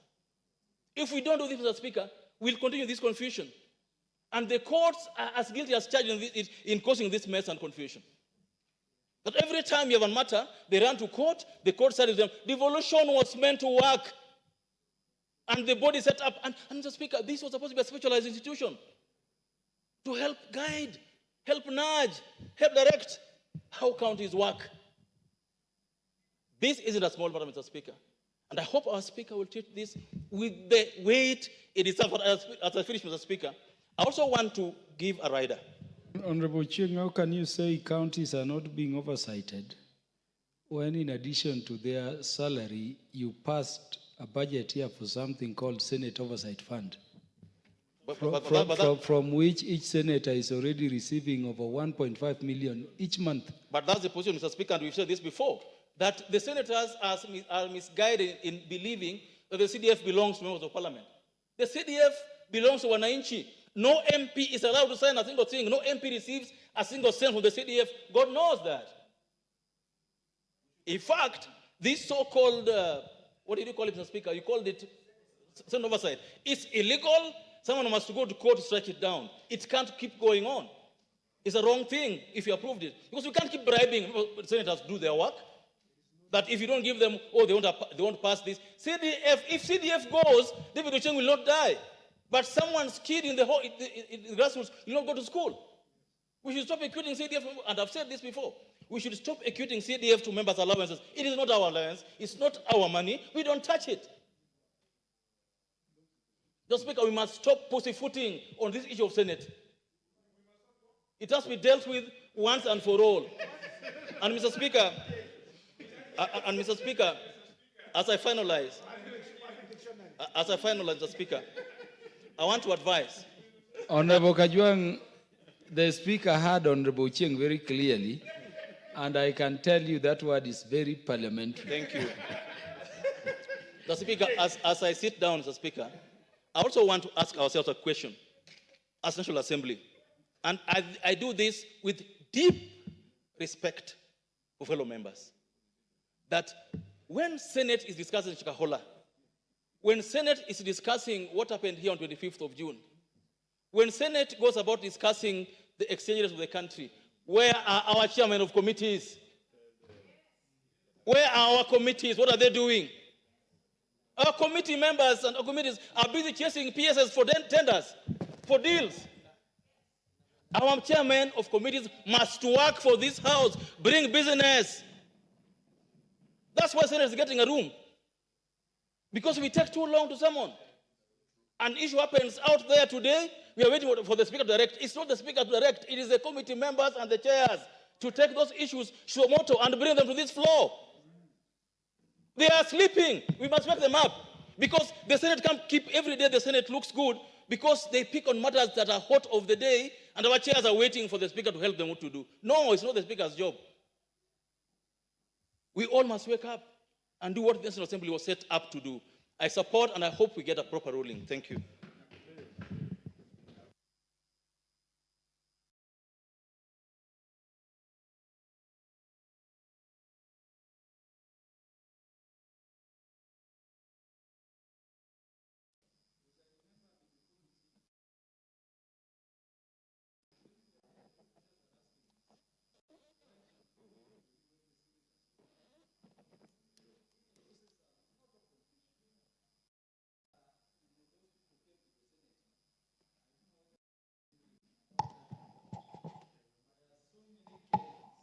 Yes.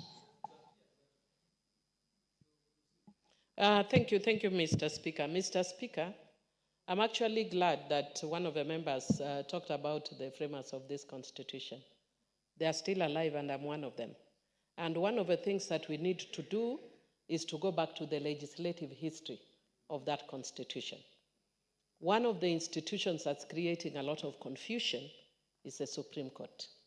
That when a matter has been taken to court for interpretation about the role of the Senate, they've actually interpreted it very broadly to say the Senate can deal with virtually anything. And within that framework, Mr. Speaker, Honorable Chieng has actually removed words from my mouth. As National Assembly, we like lamenting when we actually have the powers. Let us also do exactly what the Senate is doing, expand our powers. Let us call governors here. Let us summon governors here. If it is a free-for-all and we all want to do, we can also ask governors to appear before us. Mr. Speaker, when matters are taken to court relating NGCDF, the argument is that in the Constitution, there are very strict issues that we are supposed to do as a national government and all that. Mr. Speaker, nobody speaks about the fact that counties give bursaries, when in the Constitution, in the schedule, it's very clear that the mandate of counties is ECD in education. So unless they are giving bursary to nursery school kids, that is actually unconstitutional. But because we actually understand that the bursary that they are giving is helpful, we choose to keep quiet. But the way we are being pushed at the National Assembly, we need to take action. But Mr. Speaker, I just want to agree with Honorable Chieng because this is what I wanted to talk about. I have said it elsewhere in different meetings, and I want to repeat it here. That there are those of us who want to be chairs of committees, but we don't want the work that comes with being the chair of that committee. Why does the Senate go ahead of us? They may have nothing to do, yes, but we can equally ask the same question of our own committees. Where are we? Mr. Speaker, I get perturbed, for instance, when I saw the other day, the Senate is dealing with something that has to do with classrooms, yeah? And they were asking about preparedness of classrooms, which is okay.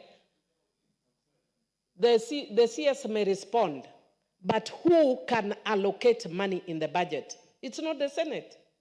It is the Budget Committee in the National Assembly. So then what happens then? It becomes a mere PR exercise at the Senate. But here, we can make a decision. And we can say that in the next budget, this and this and this amount to be allocated. Mr. Speaker, what I would want to encourage this Parliament.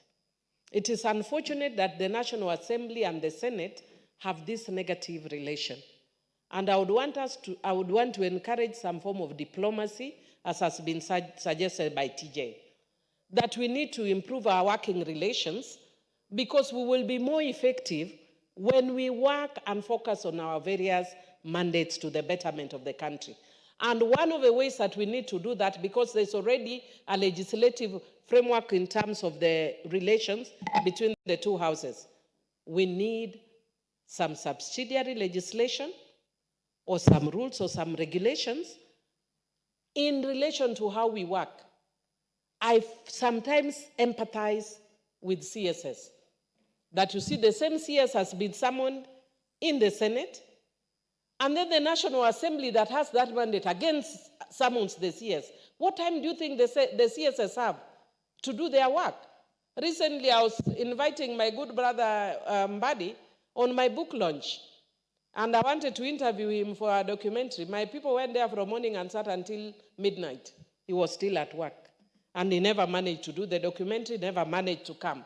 And I understand, because they're extremely busy, and his calendar keeps changing. Now, if we want to add on top of that with our own confusion, and Mr. Speaker, it's unfortunate that because of this negative relation, you find that you pass an excellent bill here, like the last time I passed an excellent bill, assisted reproduction technology bill, even though I know you have issues kidogo with it.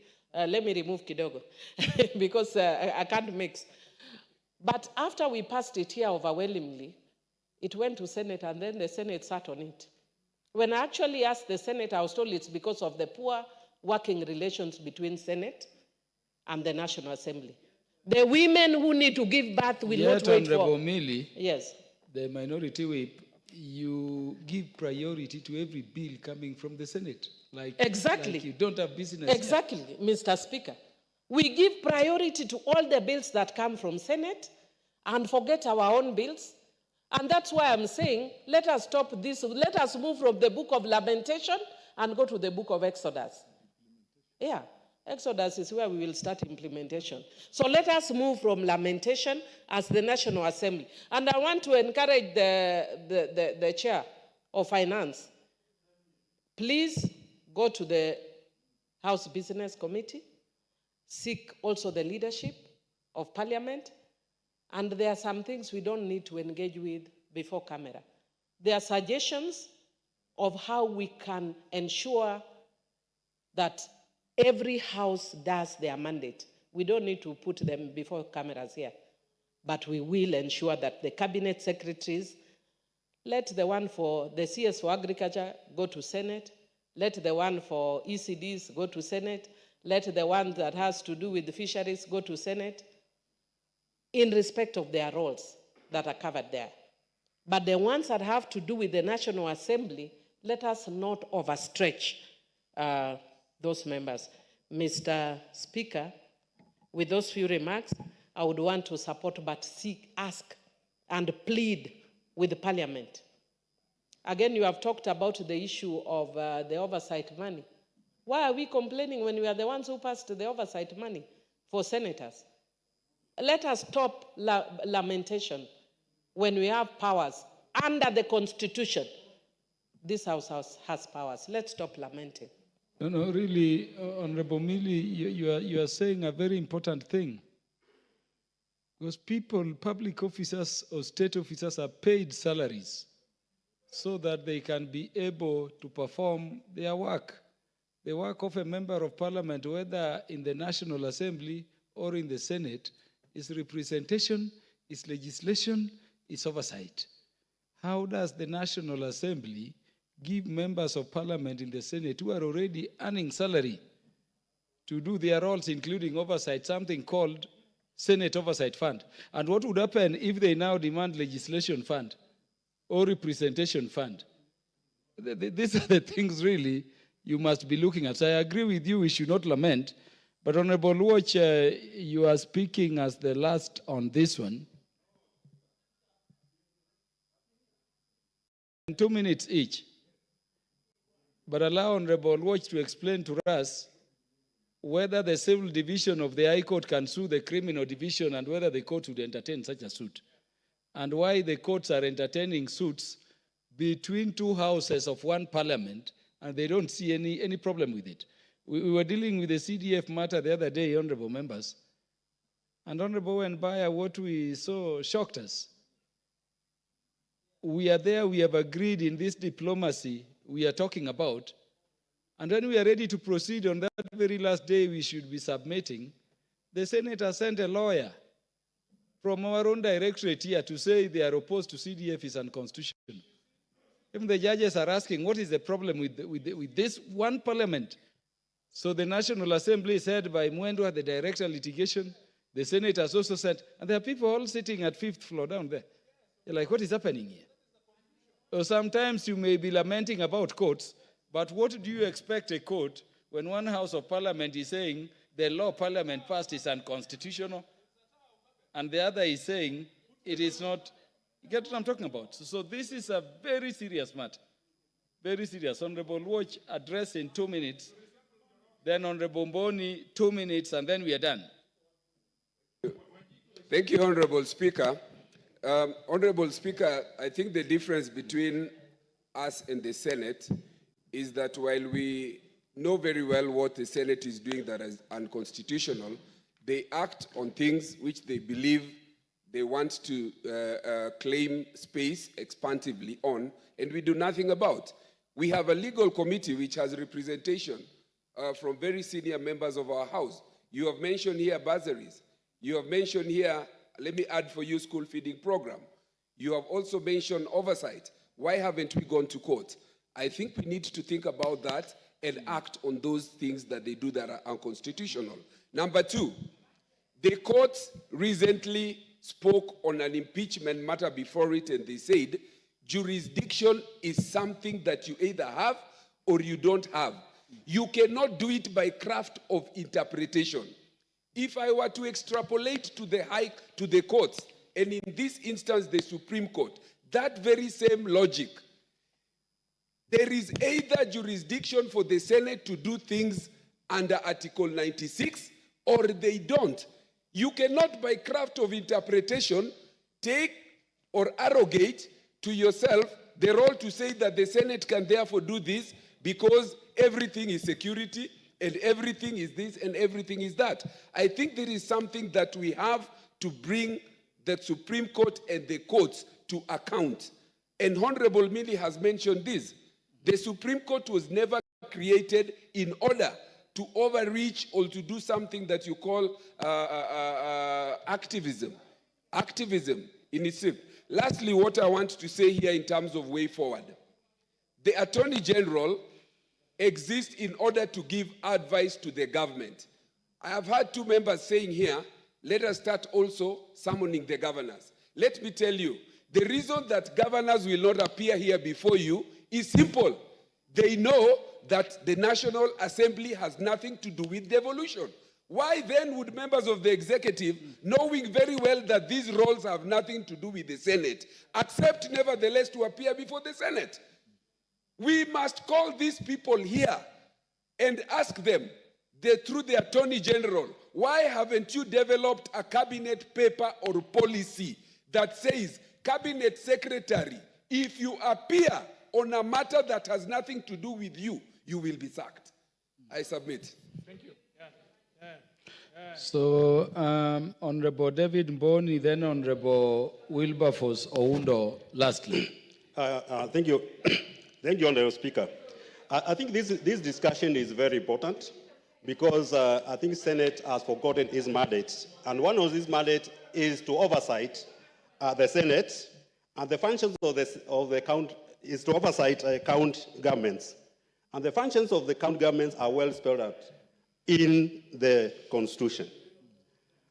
Why this statement was sought by my chair of finance is that when we were coming from a meeting, we found Commissioner of KRA, Commissioner General of KRA, with his team, waiting to see Committee of ICT of Senate. And the issue was, what they were supposed to go and ask to answer is how they are going to integrate IFMIS, Integrated Financial Management System, with the Kenya KRA revenue system and county financial system. Honorable Mr. Speaker, when you look at that, that's not the work of KRA. In fact, that is a policy issue. And they should have actually summoned National Treasury for that matter, because the issues to do with finances, even KRA operates under National Treasury. So, Speaker, what we are saying here is that Senate have forgotten their mandate. Senate, what they are doing collectively, or what they are trying to do, and which we actually know about them, is only the impeachment. Nothing else they are doing. The counties have a lot of problems, which need to be oversighted by the Senate. Mr. Speaker, we need a ruling. Senate should stop wasting time for ministers, for head of departments. When you are keeping KRA Commissioner General for 2 hours, and we are crying for finances, they should let this person to go and think strategically how he's going to raise revenue, Mr. Speaker. So,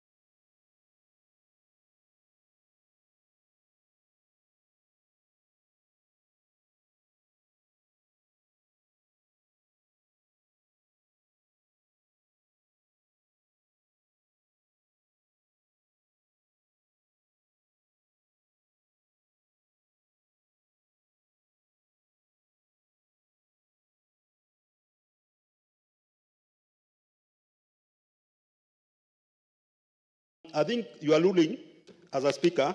So paraphrase it.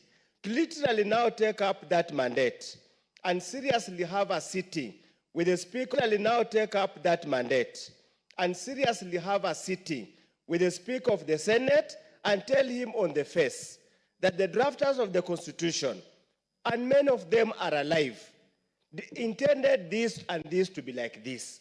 To avoid this kind of confusion and embarrassment, Honorable Speaker. Honorable Speaker, it's very embarrassing that the Senate takes National Assembly to a court of law. It's very embarrassing that as an advocate from National Assembly is an adversarial situation with an advocate representing Senate. Honestly, This one Parliament. Parliamentary Service Commission is an absurdity. It's a theater of absurdity. Honorable Speaker, the Speaker's panel, the senior members of the House leadership, Parliamentary Service Commission, must now be required to resolve this matter once and for all. It is. Honorable Speaker, I do not want to agree that senators are idle. I don't want to agree that the senators do not have enough work. Honorable Speaker, the amount of road that's at the county government level is so much work for them to do. I wonder where they even get time to wake up at 5 or 4 in the morning to spend all their day hopping from one television station to another, talking about things that do not even affect the counties. We have no medicine in county hospitals, Honorable Speaker. The health system does not work. Honorable Speaker, there is no agriculture. They don't support agriculture. Honorable Speaker, feeder roads are impassable. Honorable Speaker, ECD, the ECD boys and girls have to petition our own classroom built by CDF. There is so much to be done, Honorable Speaker. The issue of even cess, the issue of duplication in terms of taxation and levies. They have so much to do, Honorable Speaker. Honorable Speaker, if you look at the report of the Office of the Auditor General, now the greatest source of corruption, loss of public funds, is no longer at national level, it's at the county level. Honorable Speaker, how do you explain that in a given county, 90% goes to paying for salaries and other emolument? Actually, Honorable Speaker, counties now have become employment bureaus. They are not service delivery centers. Yet the senators have the audacity, have abdicating their duty, neglecting their duty to come and encroach on matters that do not have assistance. Honorable Speaker, if they did not read the Constitution and understand that there were lower houses, the best thing they need to do, resign, seek ways to get to the National Assembly so that you can enjoy what National Assembly has been donated to. Finally, Honorable Speaker, it's a call upon now our Speaker, being the chairman of Parliamentary Service Commission, and the two clerks must sit down and resolve this matter before we seek other ways to embarrass each other so that the public can see who is a fool among the two houses. Thank you, Honorable Speaker. The MP from Dewa.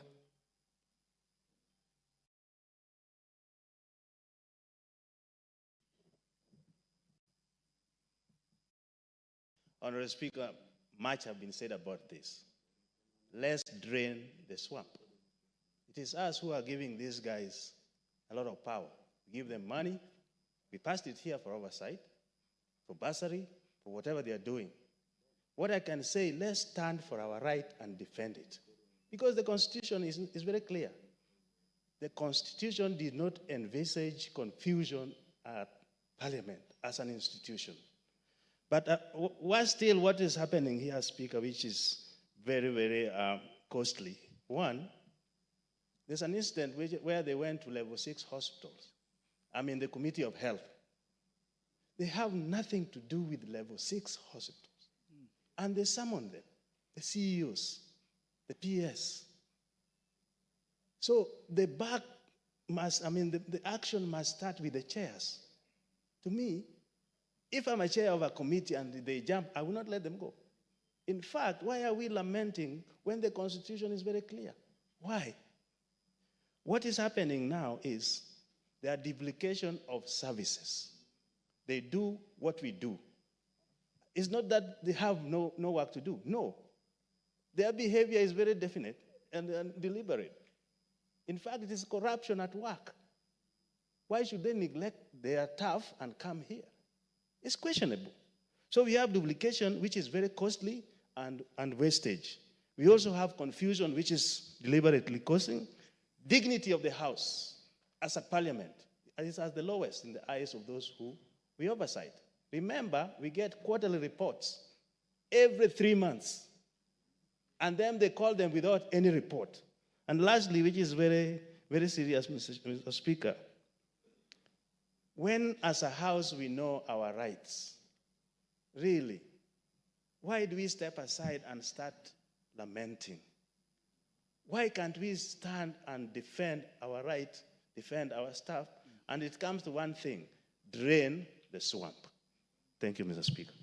Thank you. Honorable members, let us now go to business, isn't it? Is that Honorable Yusuf? Just on account of rank, then let us leave it there.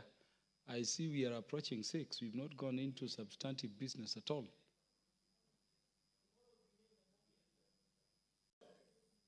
You know, this matter we are talking about is a very straightforward issue. Yeah. Let the chairs of the committees, the relevant departmental committees, tell their CSS not to go to the Senate on any matter not touching on devolution. Proceed. Thank you, Honorable Speaker. I stand to support this very important statement. And I really sympathize with the executive, the PSs and the PSs and the CSs, because they are always here in Parliament.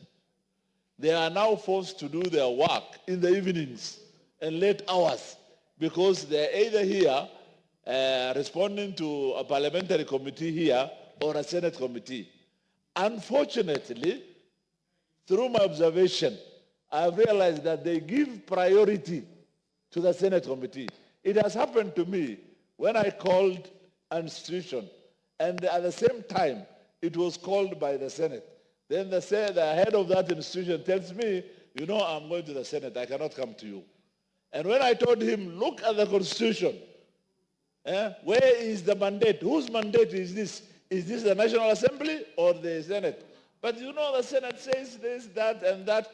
It means that the Senate has overpowered us. And this, we have nobody to blame but ourselves. I think we need to take our roles correctly. We need a serious discussion between the two speakers and the two clerks, and everybody should hold their line. Otherwise, there will be collision, there will be overlapping of activities, there will be repetition of activities, there will be wastage, and this cannot be accepted this time of our constitutional dispensation. Thank you so much. Honorable Yusuf, you allowed your CS, or did you say PS, to ignore you and go to the Senate on a matter of national government?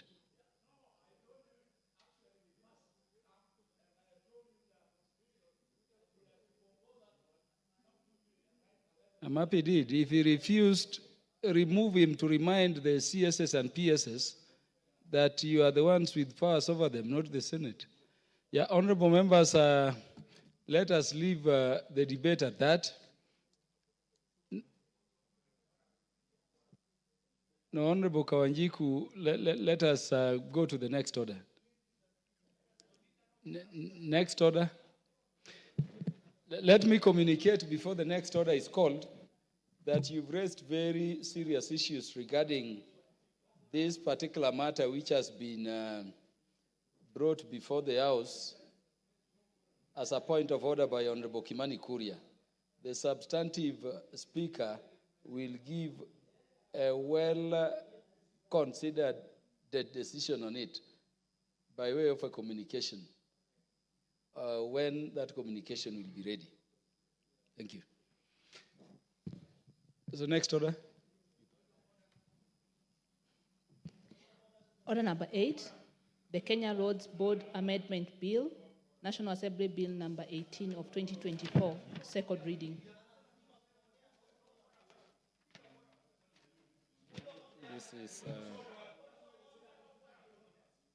is the matter under order number 8 will stand stood down or deferred to a future date.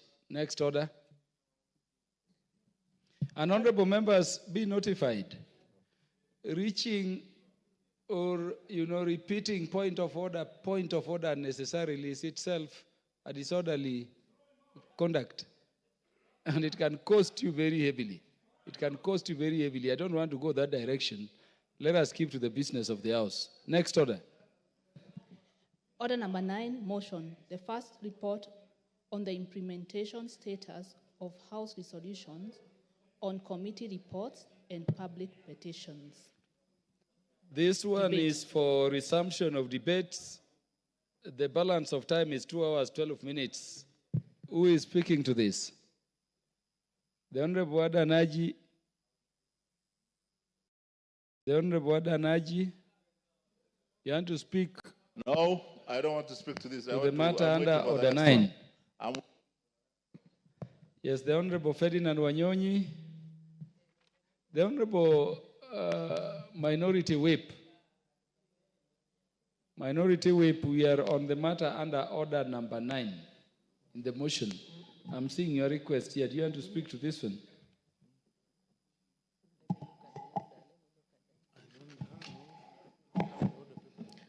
Thank you, Chair. If you could give me after the next person, Chair, because I was still consulting Honorable Kajwang, and I thought we were still on the issue of the Senate and the National Assembly.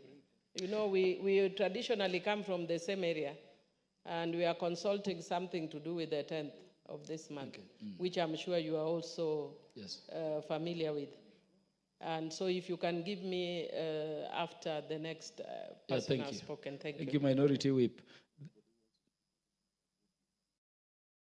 Anybody who wants to speak to this matter, please go to intervention. There being no more interest in the matter, where is the mover? I order that the mover replies. The mover here is, who is the mover of the chairperson committee of implementation? The Honorable Raphael Wanjala. It's not in the House. The mover will be replying the next time the House Business Committee will schedule this particular one. Next order. Order number 10, motion. Person Departmental Committee on Trade, Industry and Cooperatives.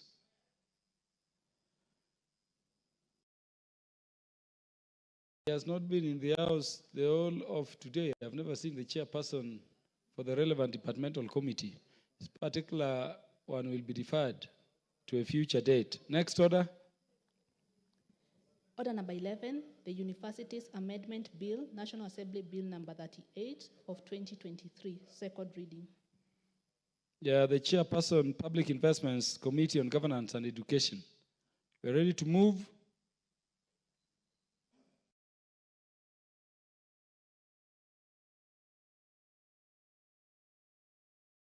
Honorable Speaker, I request that we defer that order because the Education Committee has not given the report so as to know how we move forward. When will the report be ready? This is for Meli's report, Education Committee.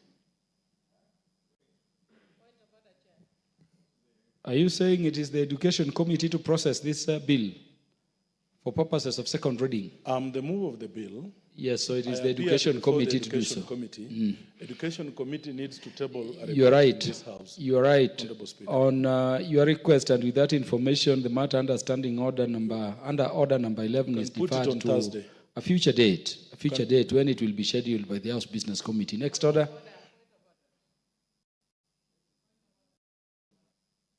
Yes, the Minority Whip.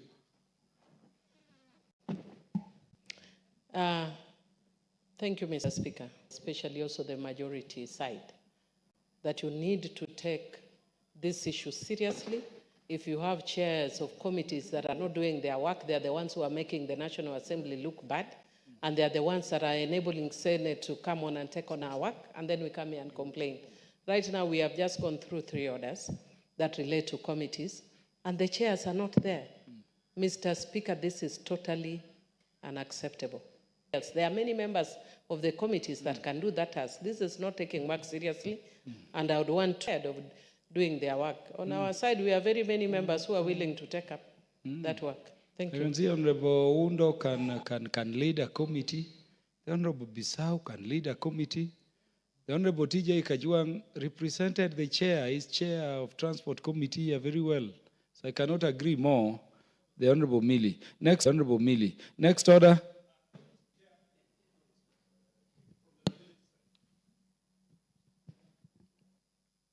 The Honorable Owen Bayer, the Deputy Majority Leader. I want to say this, Honorable Speaker, taking cue from the Honorable Millie Odhiambo and other members. And I want to address the chairs and the vice chairs. We don't lack people in this, members in this House to chair those committees. We don't lack. And when we have given you a responsibility as such to lead a committee of the House, we expect you to be diligent, we expect you to be in the House, and we expect you to do your work. And that is what we agreed in Naivasha a week ago.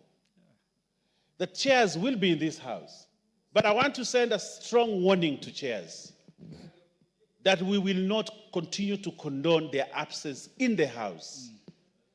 That we will take action, and this action means being removed from position of chair. Not because we don't want you or because you're political arithmetic at home or not. No, we will not look at that. We will look at the performance of the House. And if this House must perform, then we will make it perform without them. So I want to tell whoever has been given the responsibility and mandate to be a chair of a committee, and I want them to take this one, not from Owen Bayer, but to take it from the leadership of the majority, that we will take action on chairs that have gone from Today is Tuesday. We have just come from a recess. And recess was supposed to allow them to rest, to do their other work and all that. But then when we open the House, we expect them to be in the House diligently discharging the mandate and duties for which they were made chairs, and also for which their constituents brought them to this House. They are brought to this House. So, Honorable Speaker, it is very sad that we have chairs that have privileges above other members, but they do not want to take their role seriously. Honorable Speaker, I want the chairs to take it from the majority bench that we will take action against any chairs absconding on their duties. I thank you. Yeah, next order now. Order number 12, motion. Second report on employment diversity audit in public institutions. The chairperson, Committee on National Cohesion and Equal Opportunities. Yes, I'm here. Yes. Thank you. At least you should also recognize there are some chairs who are. Yes. The Speaker appreciates you have sat in the House from 2:30 p.m. to date. Yes. It is good to be a ranking member and to appreciate the business of the House. Yes, sir. Your position. So you are commended. Thank you, Honorable Speaker. Honorable Speaker, sir, I beg to move that the House adopts the second report of Select Committee of the National Cohesion and Equal Opportunity on diversity audit in public institutions laid on the table of the House on Thursday, 21st of March, 2024. Honorable Speaker, the Committee of National Cohesion and Equal Opportunity resolved to carry out an inquiry into employment diversity in public institutions. Diversity encompasses differences in age, gender, ethnicity, race, religion, disability, socioeconomic background, and it is crucial for public institutions to reflect the diversity of this nation. This is critical because they play a very important role in shaping policies, delivering services, and implementing development activities. Honorable Speaker, sir, for the phase 2 report of the committee sampled 20 public institutions and invited them for meetings and various dates to deliberate on their compliance with employment diversity. The 20 are quickly Coast Water Development Agency, National Environmental Management Authority, National Irrigation Authority, Local Authority Provident Funds, Office of the Data Protection, National Transport and Safety Authority, Independent Electoral and Boundary Commission, Kenya Port Authority, Kenya Institute of Public Policy Research and Analysis, the Kenya Airport Authority, Kenya Railways Corporation, the Rural Electrification Corporation, the National Police Service, Rivertex East Africa Limited, Kenya Seed Company, Masinde Muliro University Science and Technology, Maseno University, Kabibi University, Kenya Export Promotion Branding Agency, and Kenya Industrial Property Institute. This was covered during this second report. Honorable Speaker, the main objective of the inquiry is to guide the main objective of the inquiry was guided by 4 parameters. That is ethnicity, gender balance, age, persons with disability.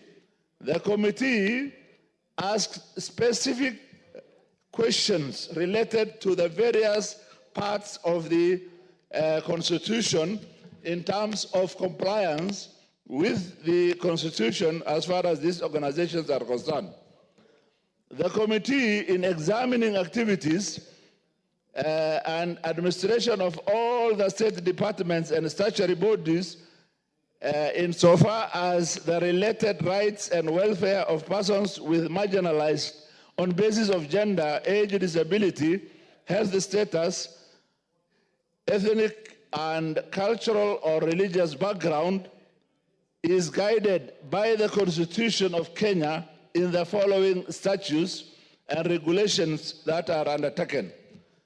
Number one, Article 54(2) provides that the state shall ensure progressive implementation of principles of at least 5% of members of its public, elective, or appointive as disabled persons. Article 55(b) provides that the state shall take measures including affirmative action programs to ensure youth has equal opportunity to associate and be represented and participate in the national politics, social and economic and other spheres of life.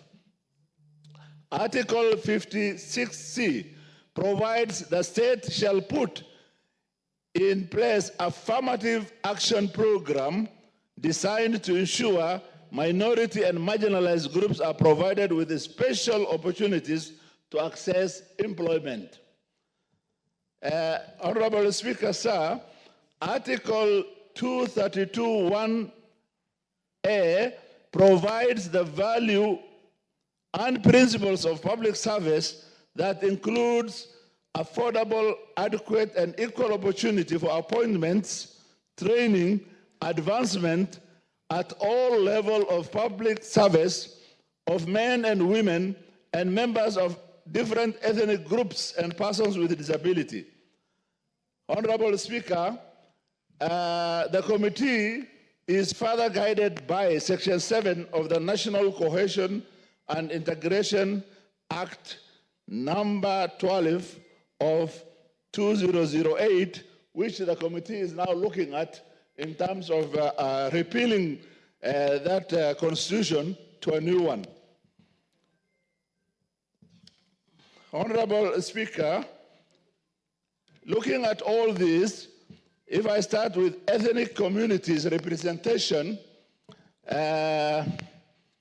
Mr. Speaker, in terms of ethnic community representation in public institutions, the committee noted the following. Kabibi University has the highest representation of one ethnic community.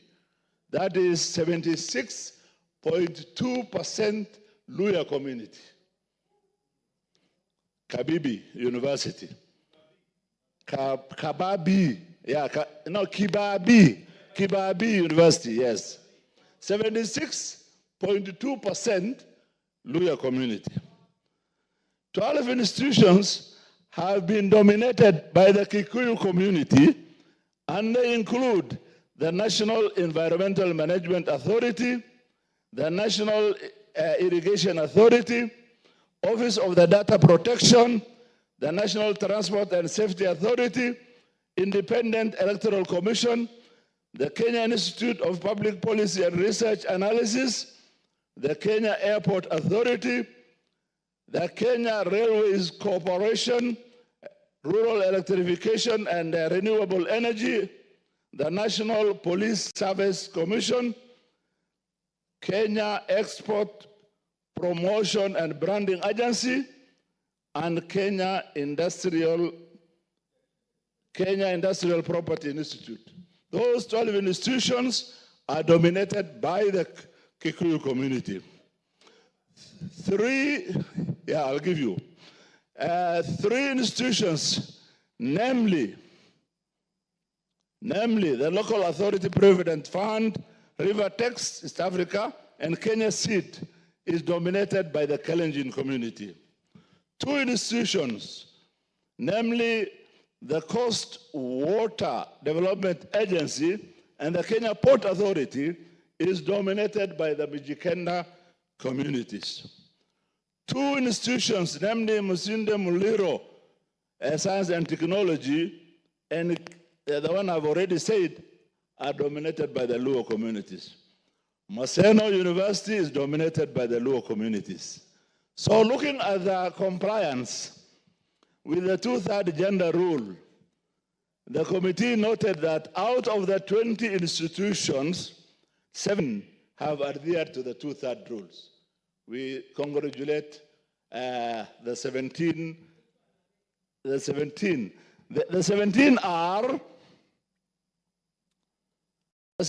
are Coast Water Development Agency, Kenya Port Authority, Kenya Railways Corporation, the Coast Works Development Agency, which has, the Coast Water Works Development Agency had a female representation of 19.2 against a male representation of 80.8, which is totally unacceptable. The Kenya Port Authority has a female representation of 21.9, instead of having a minimum of 30%, and male are 78.3. The Kenya Railways Corporation has 20% female and 80% male. These are unacceptable in today's Kenya, after having our constitution 14 years down the line. They had 14 years to rectify some of these anomalies. Compliance with Article 55 of the Constitution, the committee observed that only 8 out of the 20 institutions sampled had equal opportunity in employment to the youth. The Kenya Seed Company had the least representation in youth, which is 11.13%. Honorable Speaker, in light of the foregoing, the committee made some serious observations and recommendations. Section 7 of the National Cohesion and Integration Act 2008 obliges all establishments to ensure representation in Kenya's diversity by having not more than 1/3 of its staff from the same ethnic group. This has been seriously violated. It is worth noting that the Kikuyu ethnic community has the highest representation in the country at 17% in terms of population of the National Assembly. The committee, in the process of repealing the act, which will be tabled, which was already tabled and will be discussed in this House in the near future, has reduced that to 1/5 if the House will pass. There is significant ethnic imbalances in composition of staff in various levels. Ethnic groups are overrepresented while others are underrepresented. As per Article 232(1)H, the Constitution expressly provides that the public service should be representative of Kenyan communities, which is not as at by now. There are noticeable age disparities also.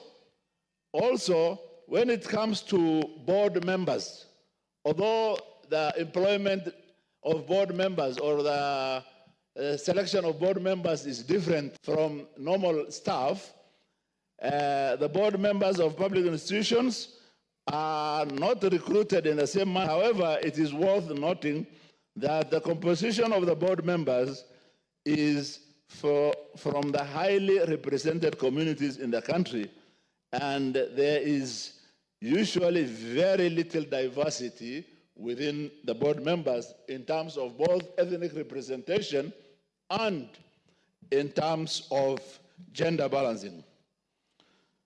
The findings of the audit report demonstrate the historical injustices and lack of cohesion in Kenya is a major issue in addressing inequality in the civil service and requires strong political will, commitment, and demand for recognition of Kenya as a nation as far as important issues in terms of employment is concerned. The recommendation is that within 6 months of adopting this report, the Public Service Commission and the National Cohesion and Integration Commission implement comprehensive diversity and inclusion policies with clear objectives and action plans and accountability measures, and submit annual report on the same to monitor its progress. The National Gender and Equality Commission should cooperate with the public institutions to enhance women's representation, particularly in leadership roles. The National Youth Council should promote youth engagement in decision-making by creating opportunity, providing training, and establishing mentorship programs. The Public Service Commission should enforce policies ensuring diversity representation in public institutions board and adhering to constitutional requirement. Honorable Speaker, this report sheds light on critical issues of employment diversity in our public institutions. By fostering an inclusive and diverse workforce, the public institutions can help to address needs of citizens, contribute positive and social change, and ensure more equitable future for all. Let us all work together to make this vision a reality. As a committee, we look forward to more legislative actions to assist in this cause. Finally, Honorable Speaker, having noted the proceedings of the National Cohesion and Equal Opportunity Committee on Employment Diversity and Audit in Public Institutions, I beg to move and urge the House to adopt. And I now request Honorable Toroitich to second.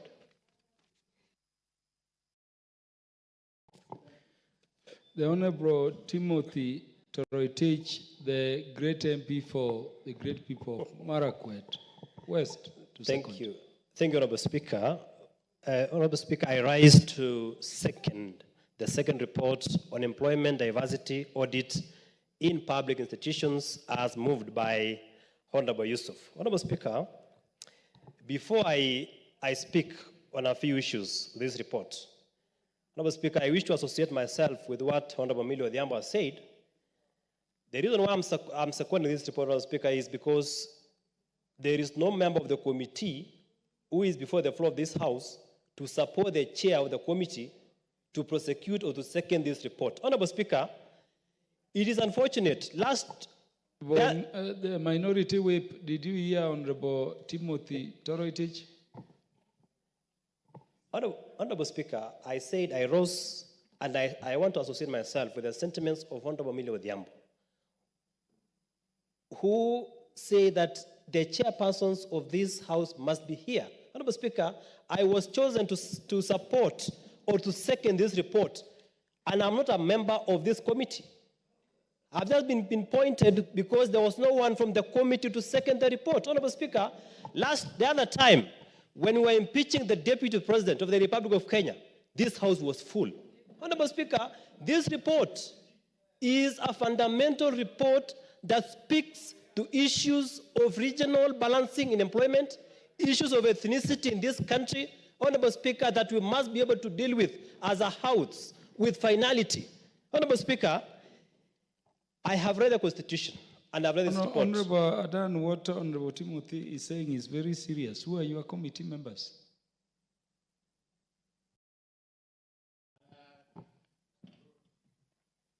And what has happened that none of them is in the House? Yeah, I think it's unfortunate that I have evidence of having circulated today to all the committee members that we have our important report which is being discussed today, and they should be present. Who are members of the committee? My deputy is Lisa Chelule. And the members are 20 now. There were 21. One of them, of course, lost petition election, so there are 20 now. I can provide the list. All 20 members, nobody in the committee to second such an important committee report. It's very unfortunate indeed. Touching on Article 232. Yes. It's unfortunate. Let us reflect on the meeting of leadership in Naivasha as we transact House business. Honorable Speaker. Timothy Toroitich, thank you for intervening. May you second. Honorable Speaker, this important motion. As you go and reflect on committees in this House, Honorable Speaker, I have information that some of us who may have voted otherwise are likely to be expunged from some of the committees, Honorable Speaker. Honorable Speaker, I pray that even as you deliberate on those to be expunged from committees, you take into account those who have been attending sessions in this House and contributing to substantive matters touching on substantive issues in this House, Honorable Speaker. Honorable Speaker, be that as it may, I wish to speak, and as I second this report, Honorable Speaker, if you read the constitution of this country in its entirety, the word regional, or the words regional and ethnic and ethnicity have been used from the preamble to the very end. Honorable Speaker, the word regional as used in the Constitution and ethnicity is not a mere decoration. Honorable Speaker, Honorable Yusuf, moving the report, has clearly pointed out that in one of the report, one agency, the National Police Service, is constituted of majorly of one ethnic community. Honorable Speaker, if you read that against Article 246(4) of the Constitution says, the composition of the National Police Service shall reflect the regional and ethnic diversity of the people of Kenya. Honorable Speaker, whereas the report tells us that one community almost constitutes a major percentage of the National Police Service Commission. Honorable Speaker, that is against the Constitution.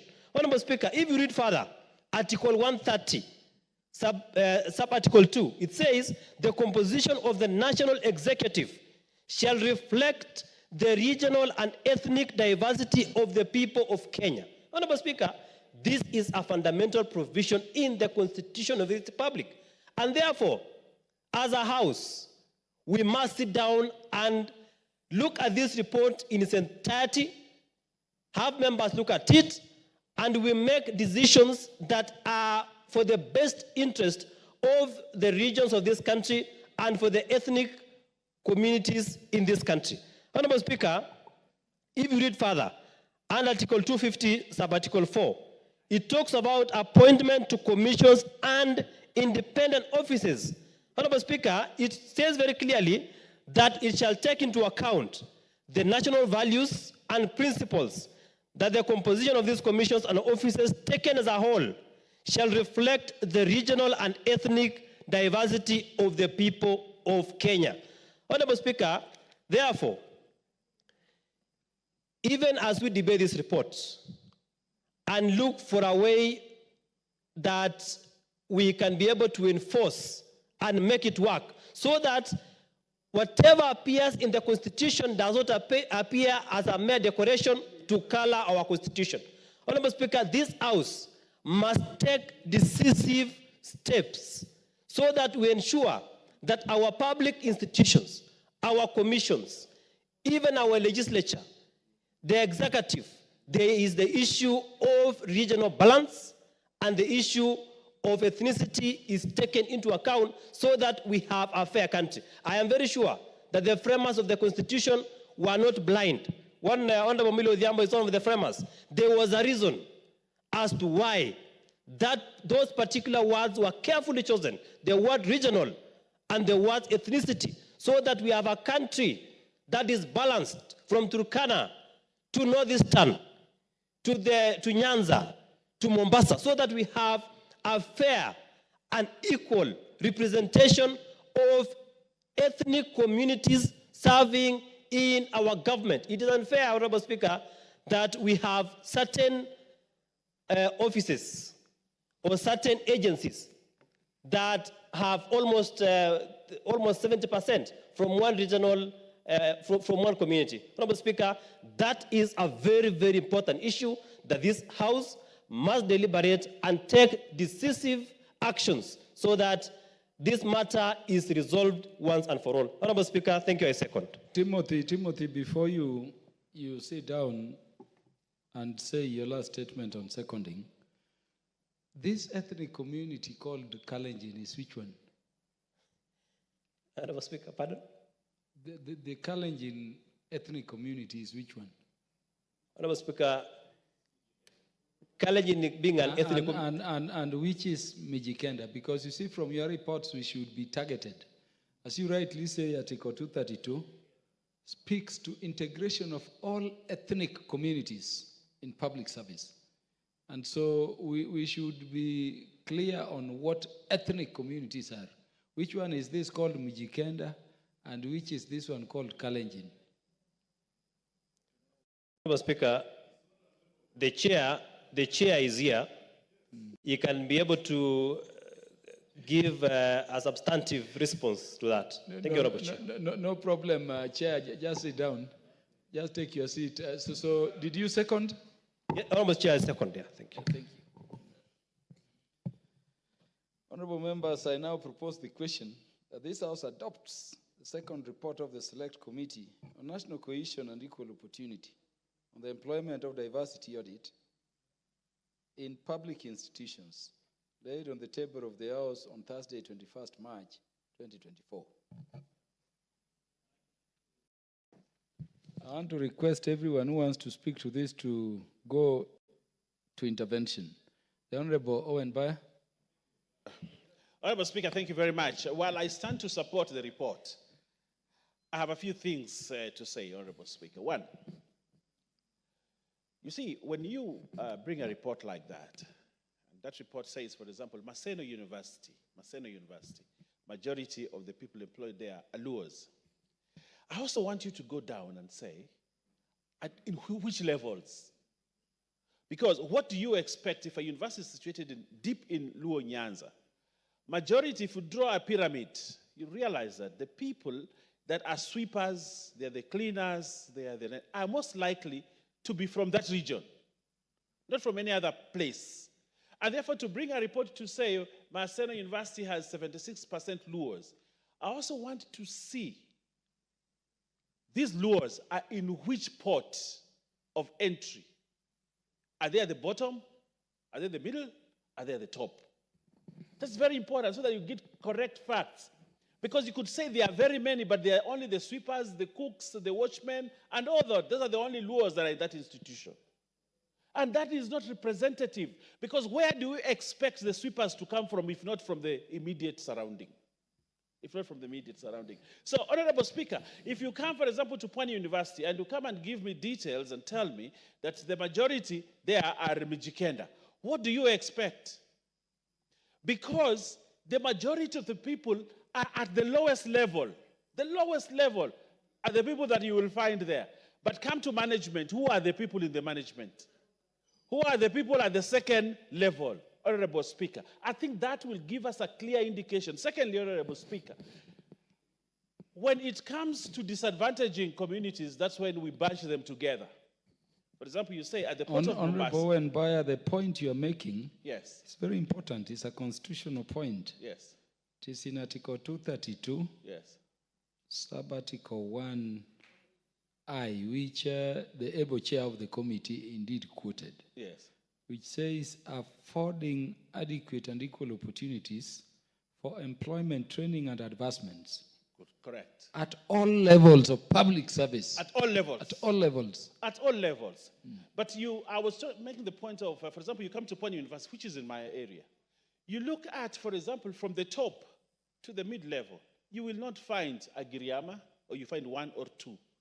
The rest have been recruited by Public Service Commission, and the Public Service Commission has recruited people because they have influence from this level. But those that are recruited by the local board there, they will recruit.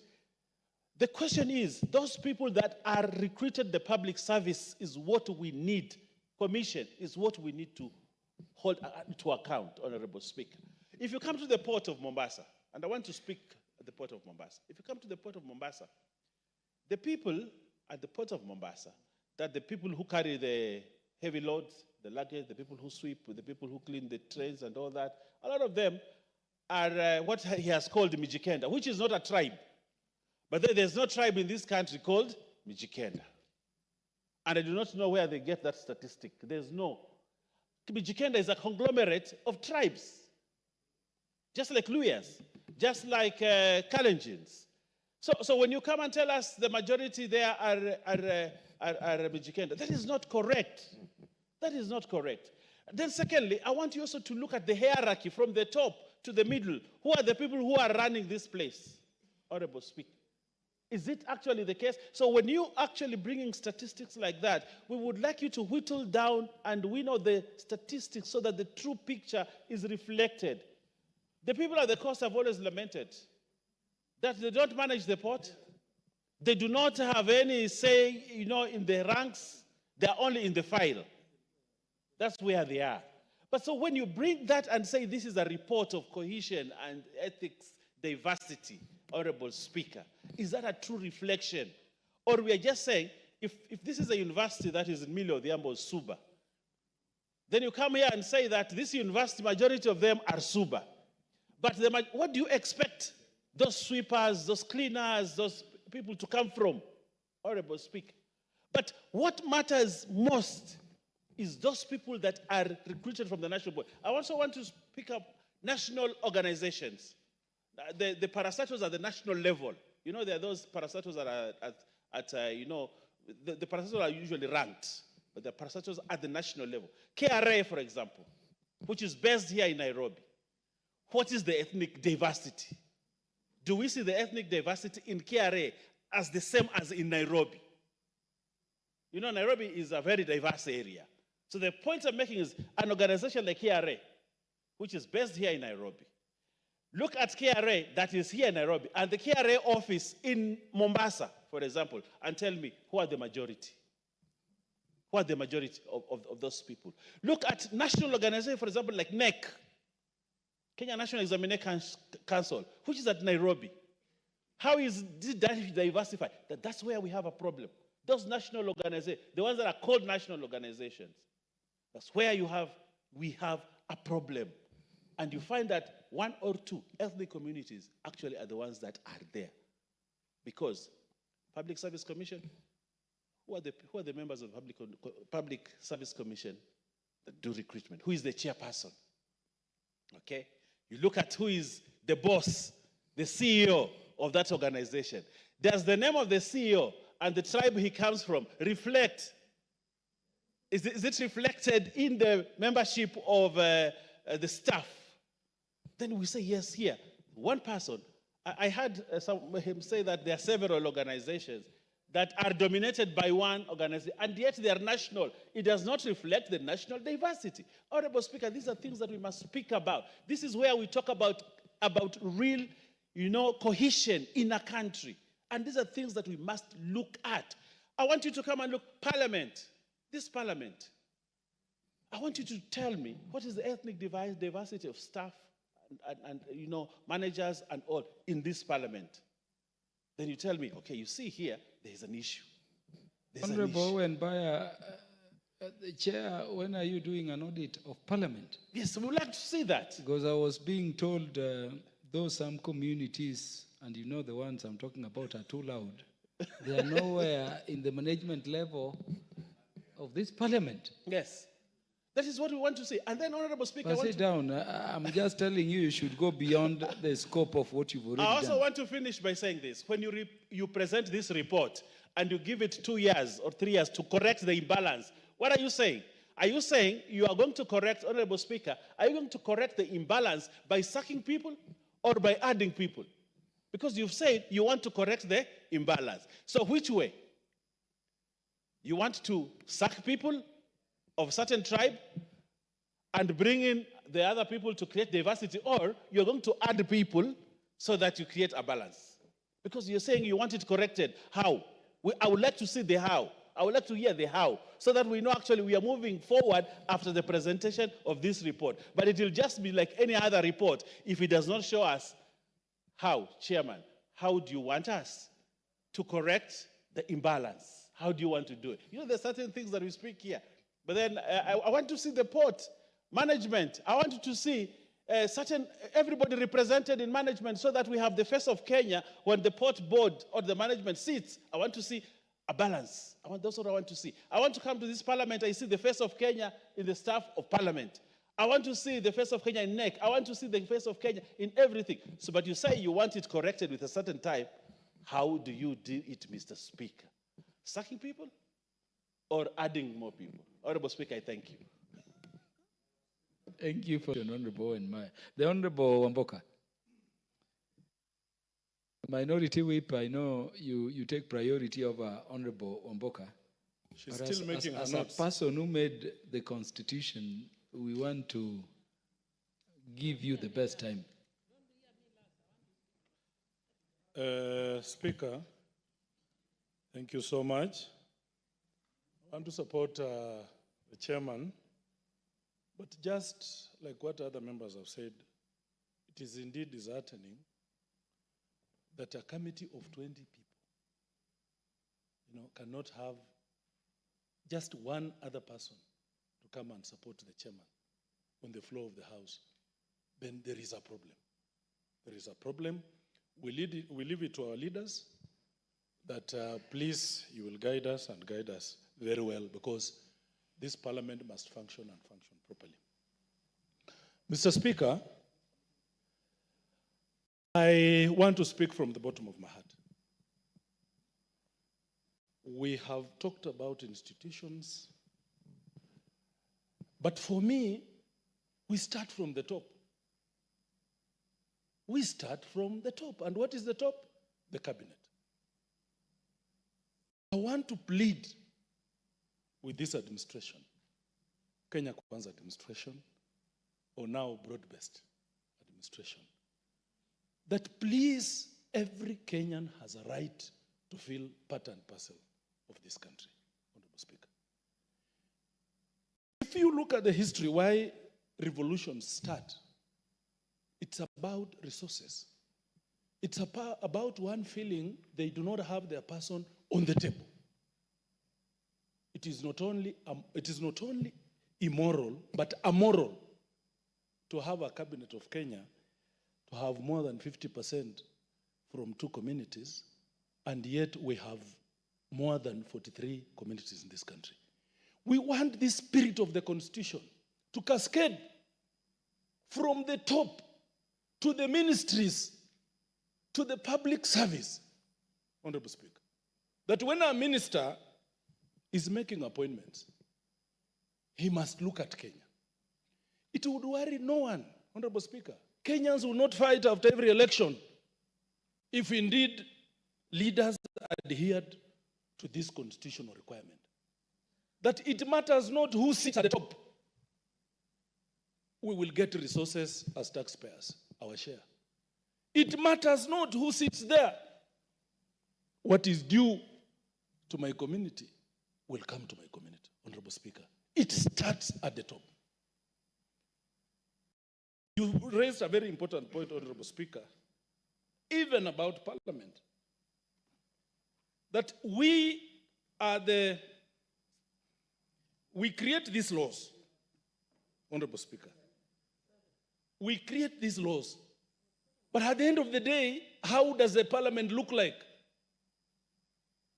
Does it look like Kenya? Does it represent the mosaic of that fabric that Kenya is made of? No. I'll be bringing an issue to this floor, Honorable Speaker, about Kenya Revenue Authority. We spoke about the appointments that were done at the Kenya Revenue Authority. In this House, a matter was taken to court where, Honorable Speaker, almost 70% of people who were recruited at Kenya Revenue Authority came from 2 communities. The matter went to court. The court stopped the appointment of those people. But what worries me, Honorable Speaker, as we speak, those people are working. They're in the office. They're in the office. Impunity of the highest order. If the administration cannot listen to this house, if the administration cannot listen to the courts, then what country are we breeding? Honorable Speaker, I support my brother and say we must come out with more punitive laws to support this constitution. That if an appointing officer does not adhere, does not do that which the spirit of this constitution envisioned, what must be done to that officer? Because these people are appointed by people. We come here, make noise that they have appointed through obscured ways, but at the end of the day, nothing happened. For us, in the committee of this house that I chair, Honorable Speaker, we are growing towards very punitive measures. That if you are a head of an institution and appointing authority and you don't adhere to the law, we will recommend to this house that you are not fit to sit for that position. And I'm happy the tone, the spirit of my brother, my good brother, I'm happy coming from the government side, my brother, this is what we are talking about. When we were in the leadership the other day, we spoke about resources, allocation of resources. That is why people fight. That if Raila Odinga is not the president, I will not have my fair share. If William Ruto is not the president, I will not have my fair share. We must stop. And it begins with us and this house. And I want to urge the house that let's develop an unpartisan approach to these issues. Honorable members, at the end of the day, we are members of parliament. Whether you are sitting that side or this side, we are members of parliament. For once, let's have an approach that carries the mwananchi, that satisfies the mwananchi, that satisfies the spirit of this constitution. I support Honorable Speaker, but much must be done, and it must be done from the top to the bottom. Thank you, Honorable Speaker. The Honorable John Kawanjiku, the MP for Kiamba. Thank you, Honorable Speaker, for giving me this opportunity to contribute to this debate. And I want to echo the words of my majority leader, my deputy majority leader, that the report is good from National Cohesion and Equity Committee, but it's not comprehensive, Mr. Speaker, because on the same angle, they're supposed to offer solutions and the way to move forward. Because even if you say one ethnic community is holding 70% of the jobs, you must also be able to, to describe or to calculate and say what is their percentage in terms of the population. Because you cannot give the same equal opportunity with a community that is holding 0.001% of the population and compare it with a community that is holding almost 40 or 30% of the population, Mr. Speaker. So therefore, that report is not comprehensive, Mr. Speaker. When you say that 17% of the community, one community, and you don't substantiate, and say probably this community is holding this and this position, or they were employed between 1965 to 1980, or they were employed the other 2 days ago or 2 years ago, it's not weighty, Mr. Speaker, and therefore we cannot be able to pass such a report, because that's why I want also to believe, even if my member of Parliament, my colleague, is saying that there is not even a single member to support from the committee to support the report, but maybe probably that's why we were not even sure that whether the chairman, that is the chairman's report, or is the committee report, Mr. Speaker, because it seems like chairman has also left, Mr. Speaker. For the avoidance of doubt, the chairman is behind the consultation room here. Exactly, Mr. Speaker. That's and why is a very courteous chair. He informed me he was going behind here. You know the chair is a Muslim. A time comes when they need to pray. So it's just behind you here. Don't worry. I want to agree with you, Mr. Speaker, but lack of members supporting, being in the House to support the report, it seems that something is missing in that report, Mr. Speaker. And therefore, I want to tell the chair, even if you want us to pass the report as it is. There is a lot of things that are missing in that report, and I would suggest it's a good report, Mr. Speaker. It is talking about, promoting unity of this republic and of this country. And I would want to support, because sometimes, and I appreciate Komboka, now we are having what you call a broad-based government. Before you were still in opposition, but now you talk like someone who is in government. And we appreciate for that. But also you need to understand the genesis of this government, because as you're saying, as we continue fighting for equity in terms of distribution of resources, which I totally agree with you, but we must also understand where this government came from, Mr. Wamboka, and also understand the population that covers the communities that cover to almost 30 or 40%. So therefore you cannot equate a community that is holding 1% of the population with a community that is holding 40%, Mr. Speaker. And I start to be guided if in any case we're gonna push an agenda of making sure that there is a representation of our community, it must also comes into terms with the percentage of each and every population. Because a population that is about 6 million, 7 million, definitely it will have a bigger share of the, it must, I agree, it must commensurate with the percentage of the population. The issue that the chairman has talked about. Deputy Majority Whip, what is out of order?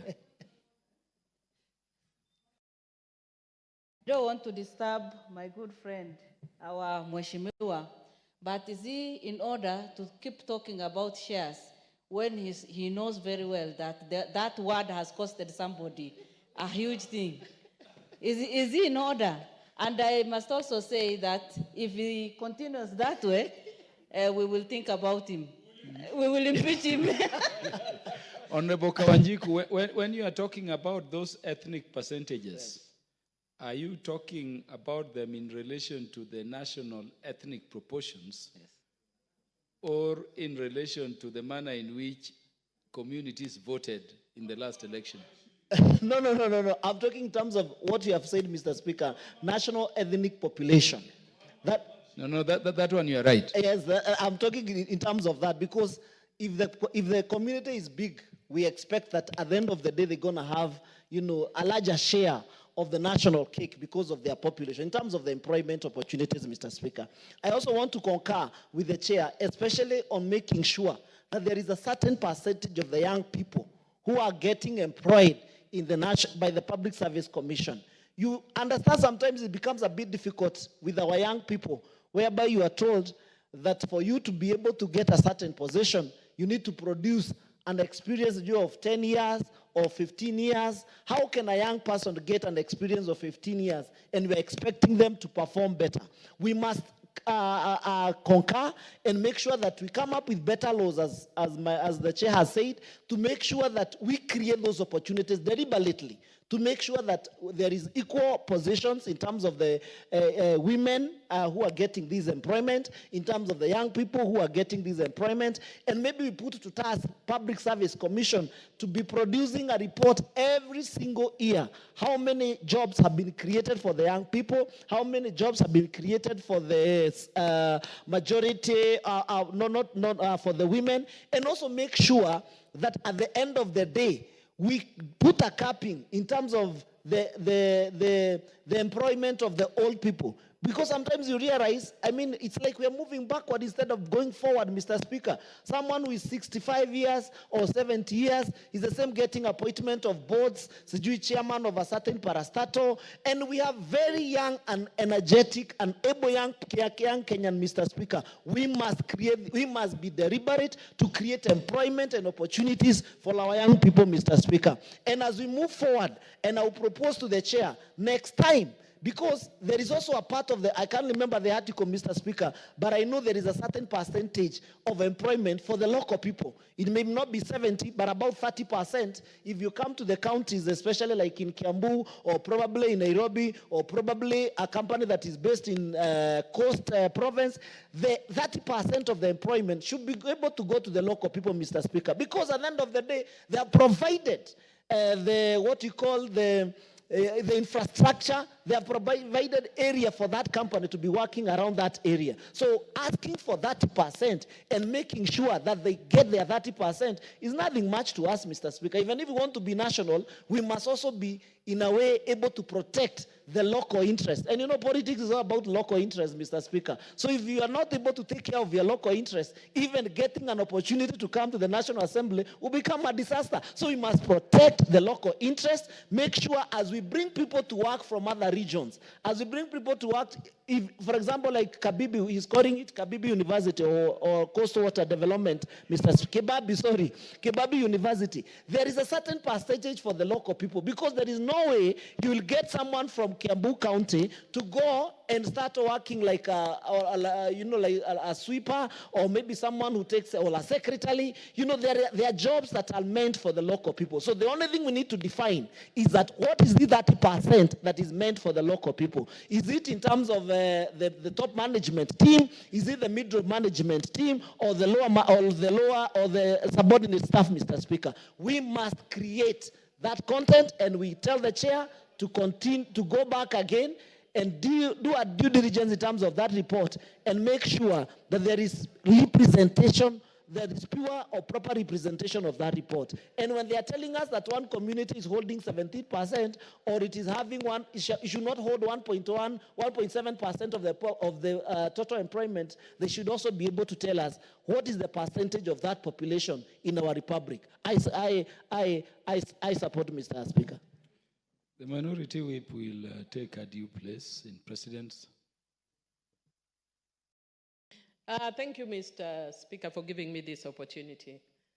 Mr. Speaker, I wish to support the report, but I will actually be commenting on some areas that I think the committee could have done better. Mr. Speaker, I grew up in a very small but fairly cosmopolitan town. Mr. Speaker, the town I grew in had majority of Luos, but also a very sizable number of Kisis, Luyas, Subas, Kurias, Kikuyus, Kambas, Somalis, Arabs, whites, and mixed races. Mr. Speaker, as a matter of fact, I was discovering that the current CS for education went to the same primary school with me. I didn't even know, because we were so diverse that sometimes you don't even know who is there. After the death of General Ogola is when I discovered he was my neighbor in Homa Bay. It was a very small town, but fairly cosmopolitan. And Mr. Speaker, I'm very grateful because Minority Whip, why don't you just say it is Homa Bay Primary in my Yes, in Homa Bay Primary School. And Mr. Speaker, I want to say that because of that, I am very grateful, because I do not suffer some very limited ethnic thoughts, inferiority complex, because I've grown up with very diverse people. I could as well have grown up in the city. Mr. Speaker, I know you identify, I don't know, but TJ went also with me in the same school. There are a number of people here went with me in the same school. And yes, it was a serious school. It has very, very senior and serious people in this country. And Mr. Speaker, because of that, I consider myself really a Kenyan. Yes, I'm very ethnically liberated. I celebrate my ethnicity as a Luo, half Suba, married to Andevele. I celebrate that with a daughter who is Botswanan. So I'm actually global. I really I'm not limited in many ways. Mr. Speaker, I've also worked a lot in the human rights sector. And because I've worked a lot in the human rights sector, I am an expert on issues of equality and equity. Mr. Speaker, not only am I honored to have been one of the founders of the founding fathers and mothers of the Constitution, but I am also a founder of the National Cohesion and Integration Act. When Honorable Martha Karua brought this piece of legislation in the House, and we had just come from a period where we lost over 1,200 Kenyans to ethnic clashes, I remember even the title or the name that was given had something to do with ethnicity. I brought an amendment even to the title. And I remember recently when Honorable Duale attended my launch, he was actually saying that Millie can amend including the title. And he thought it was, in his word, I'm glad he actually said Millie can be very cantankerous. And for people who don't understand me, sometimes I look like I'm actually just bringing amendments for the sake. I mainstream certain issues in bills. In fact, in this parliament, I don't think I've done as well as others. In past parliaments, no bill would pass me because I mainstream issues of human rights, gender, equity, equality, which therefore means you will see me talking to issues of youth, issues of women, issues of children, issues of minorities, issues of marginalized, and issues of older persons. And also issues of persons affected by HIV and AIDS for a long time. Because now we have different groups that have come in, I've kind of stepped down a little because the women reps and others who are nominated speak a lot to those issues. Mr. Speaker, I just want to clarify to the committee that when the original bill came, it didn't have 1/3. I am the one who proposed amendment to increase 1/3. And the idea is that we understand Kikuyus are the most populous.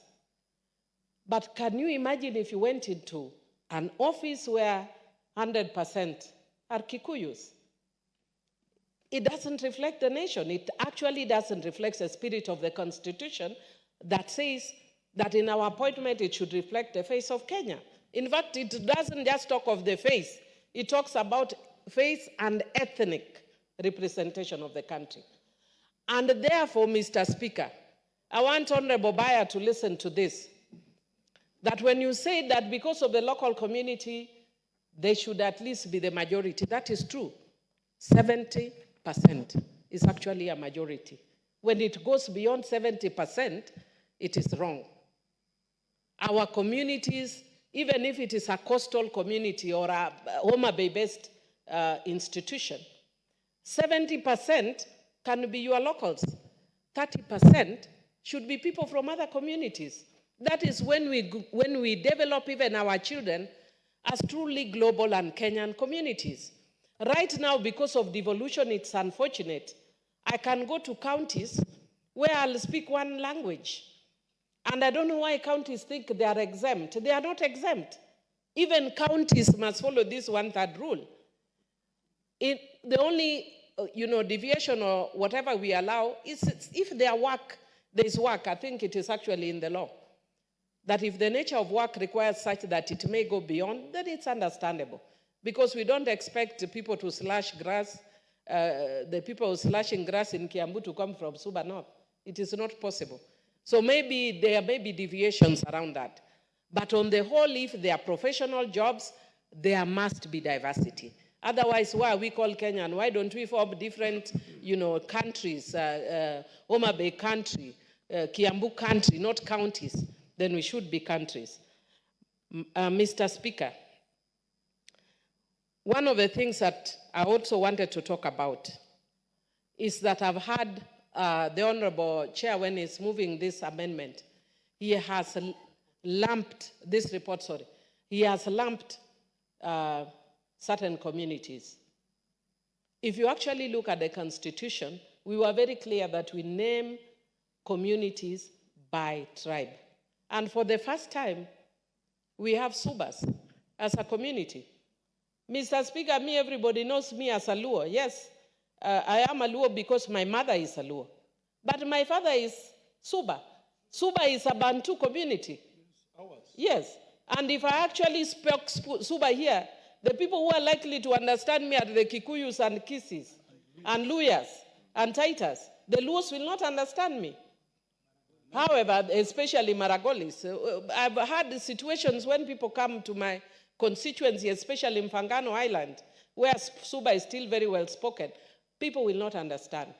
But because we don't want our smaller communities to be extinct, that's why we have acknowledged them as such. When you are doing this report, and I hope Chair can listen, when you are doing this report, do not say the Luos and include Subas as part of the Luos. Identify the Luos, what they have, and identify the Subas, what they have. And when you are doing the coastal region, don't tell me Mijikenda.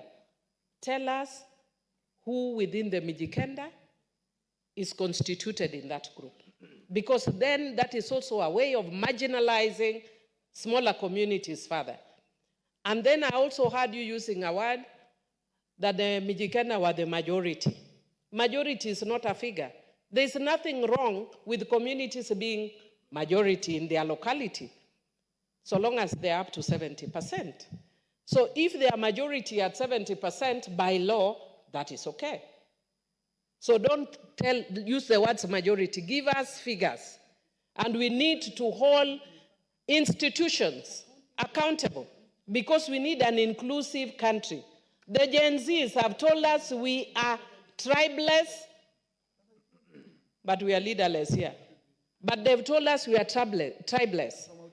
And now I wish that we don't contaminate the Gen Zs, because we need a country where your tribe should be important just as much as mine is important.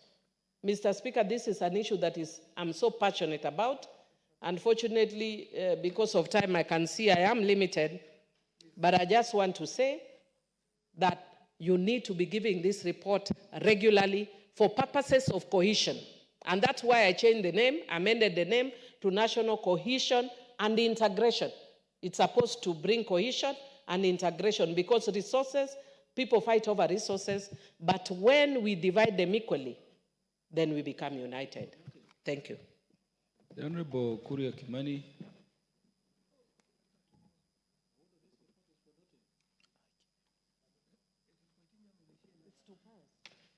Thank you, Honorable Speaker.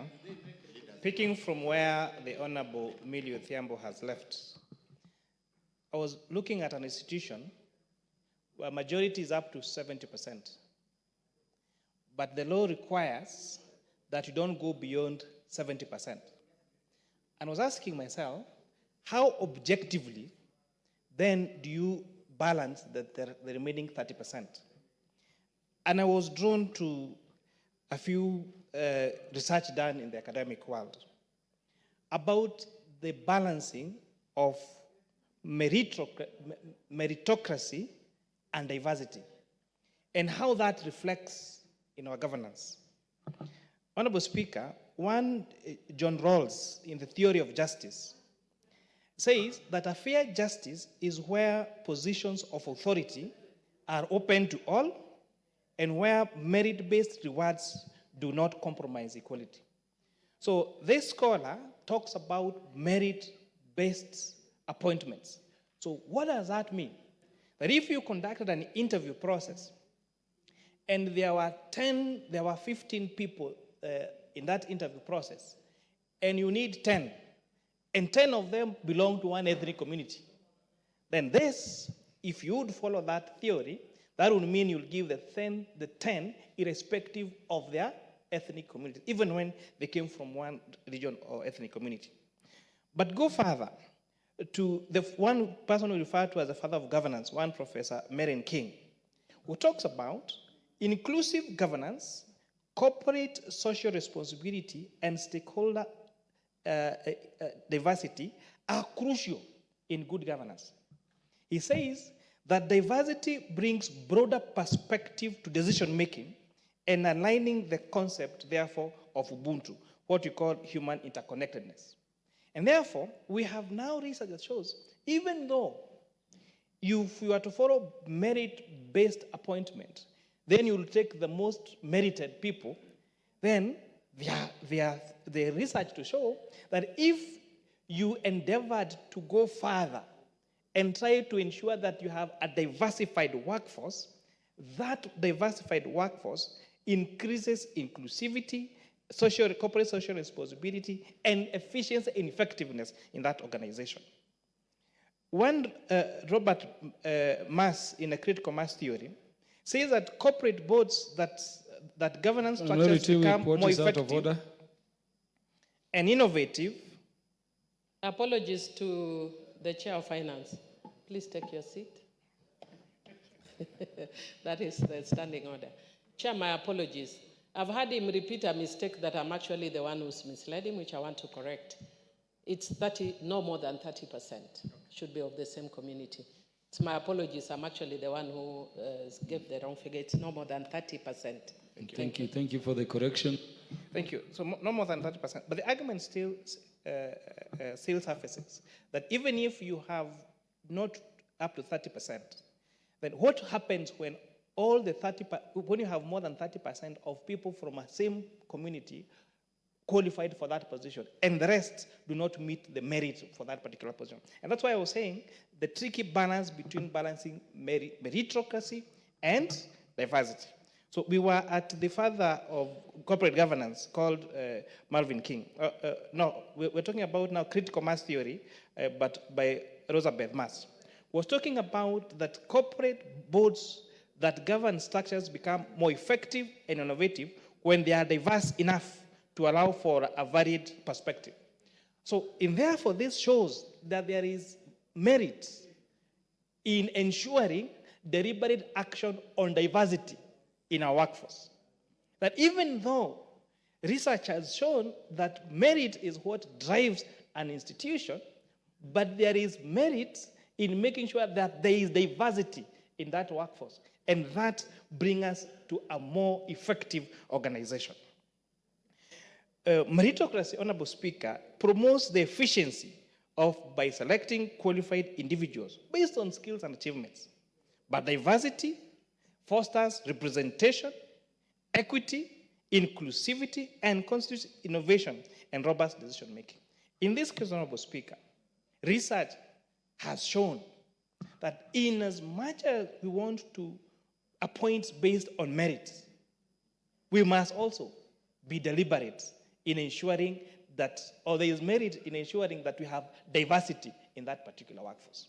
And therefore, this should therefore give us a balance between the argument that was raised by my colleague, Honorable Kawanjiko, on this is the population data, and how should that reflect in those particular institutions.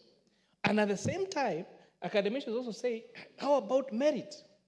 Because does it mean that if I conduct an interview and the person who becomes number one in that particular interview, who scores 80%, is from a particular community, and the person who scores second scores 60%, both of them qualified, but the second one is from another community, then inclusivity and diversity should tell us that we should give the person who is number two, although the marks are lower than the first one. And so this is where we need a lot of wisdom in navigating this complexity. How do we ensure that we reward meritocracy, but at the same time ensure that there is diversity? Once we achieve that thin line, we ensure we have efficient workforce, there is inclusivity in our workforce, and there is ownership by decisions that are made by those institutions. And there is nobody that will feel they are left behind, whether they are from majority side or from where they are the minority side. And with that, I submit, Honorable Speaker. Honorable Kakai Bissau. Thank you, Mr. Speaker, sir. I think this is a very important motion, and it's something that we've encountered severally in our Public Investment Committee, Education and Governance, especially on our education institution. But the problem starts in this House and the executive. When you look at the appointments, the way they're being done, you'll find that, take an example of Vice Chancellor in a certain province, it will be from that particular community.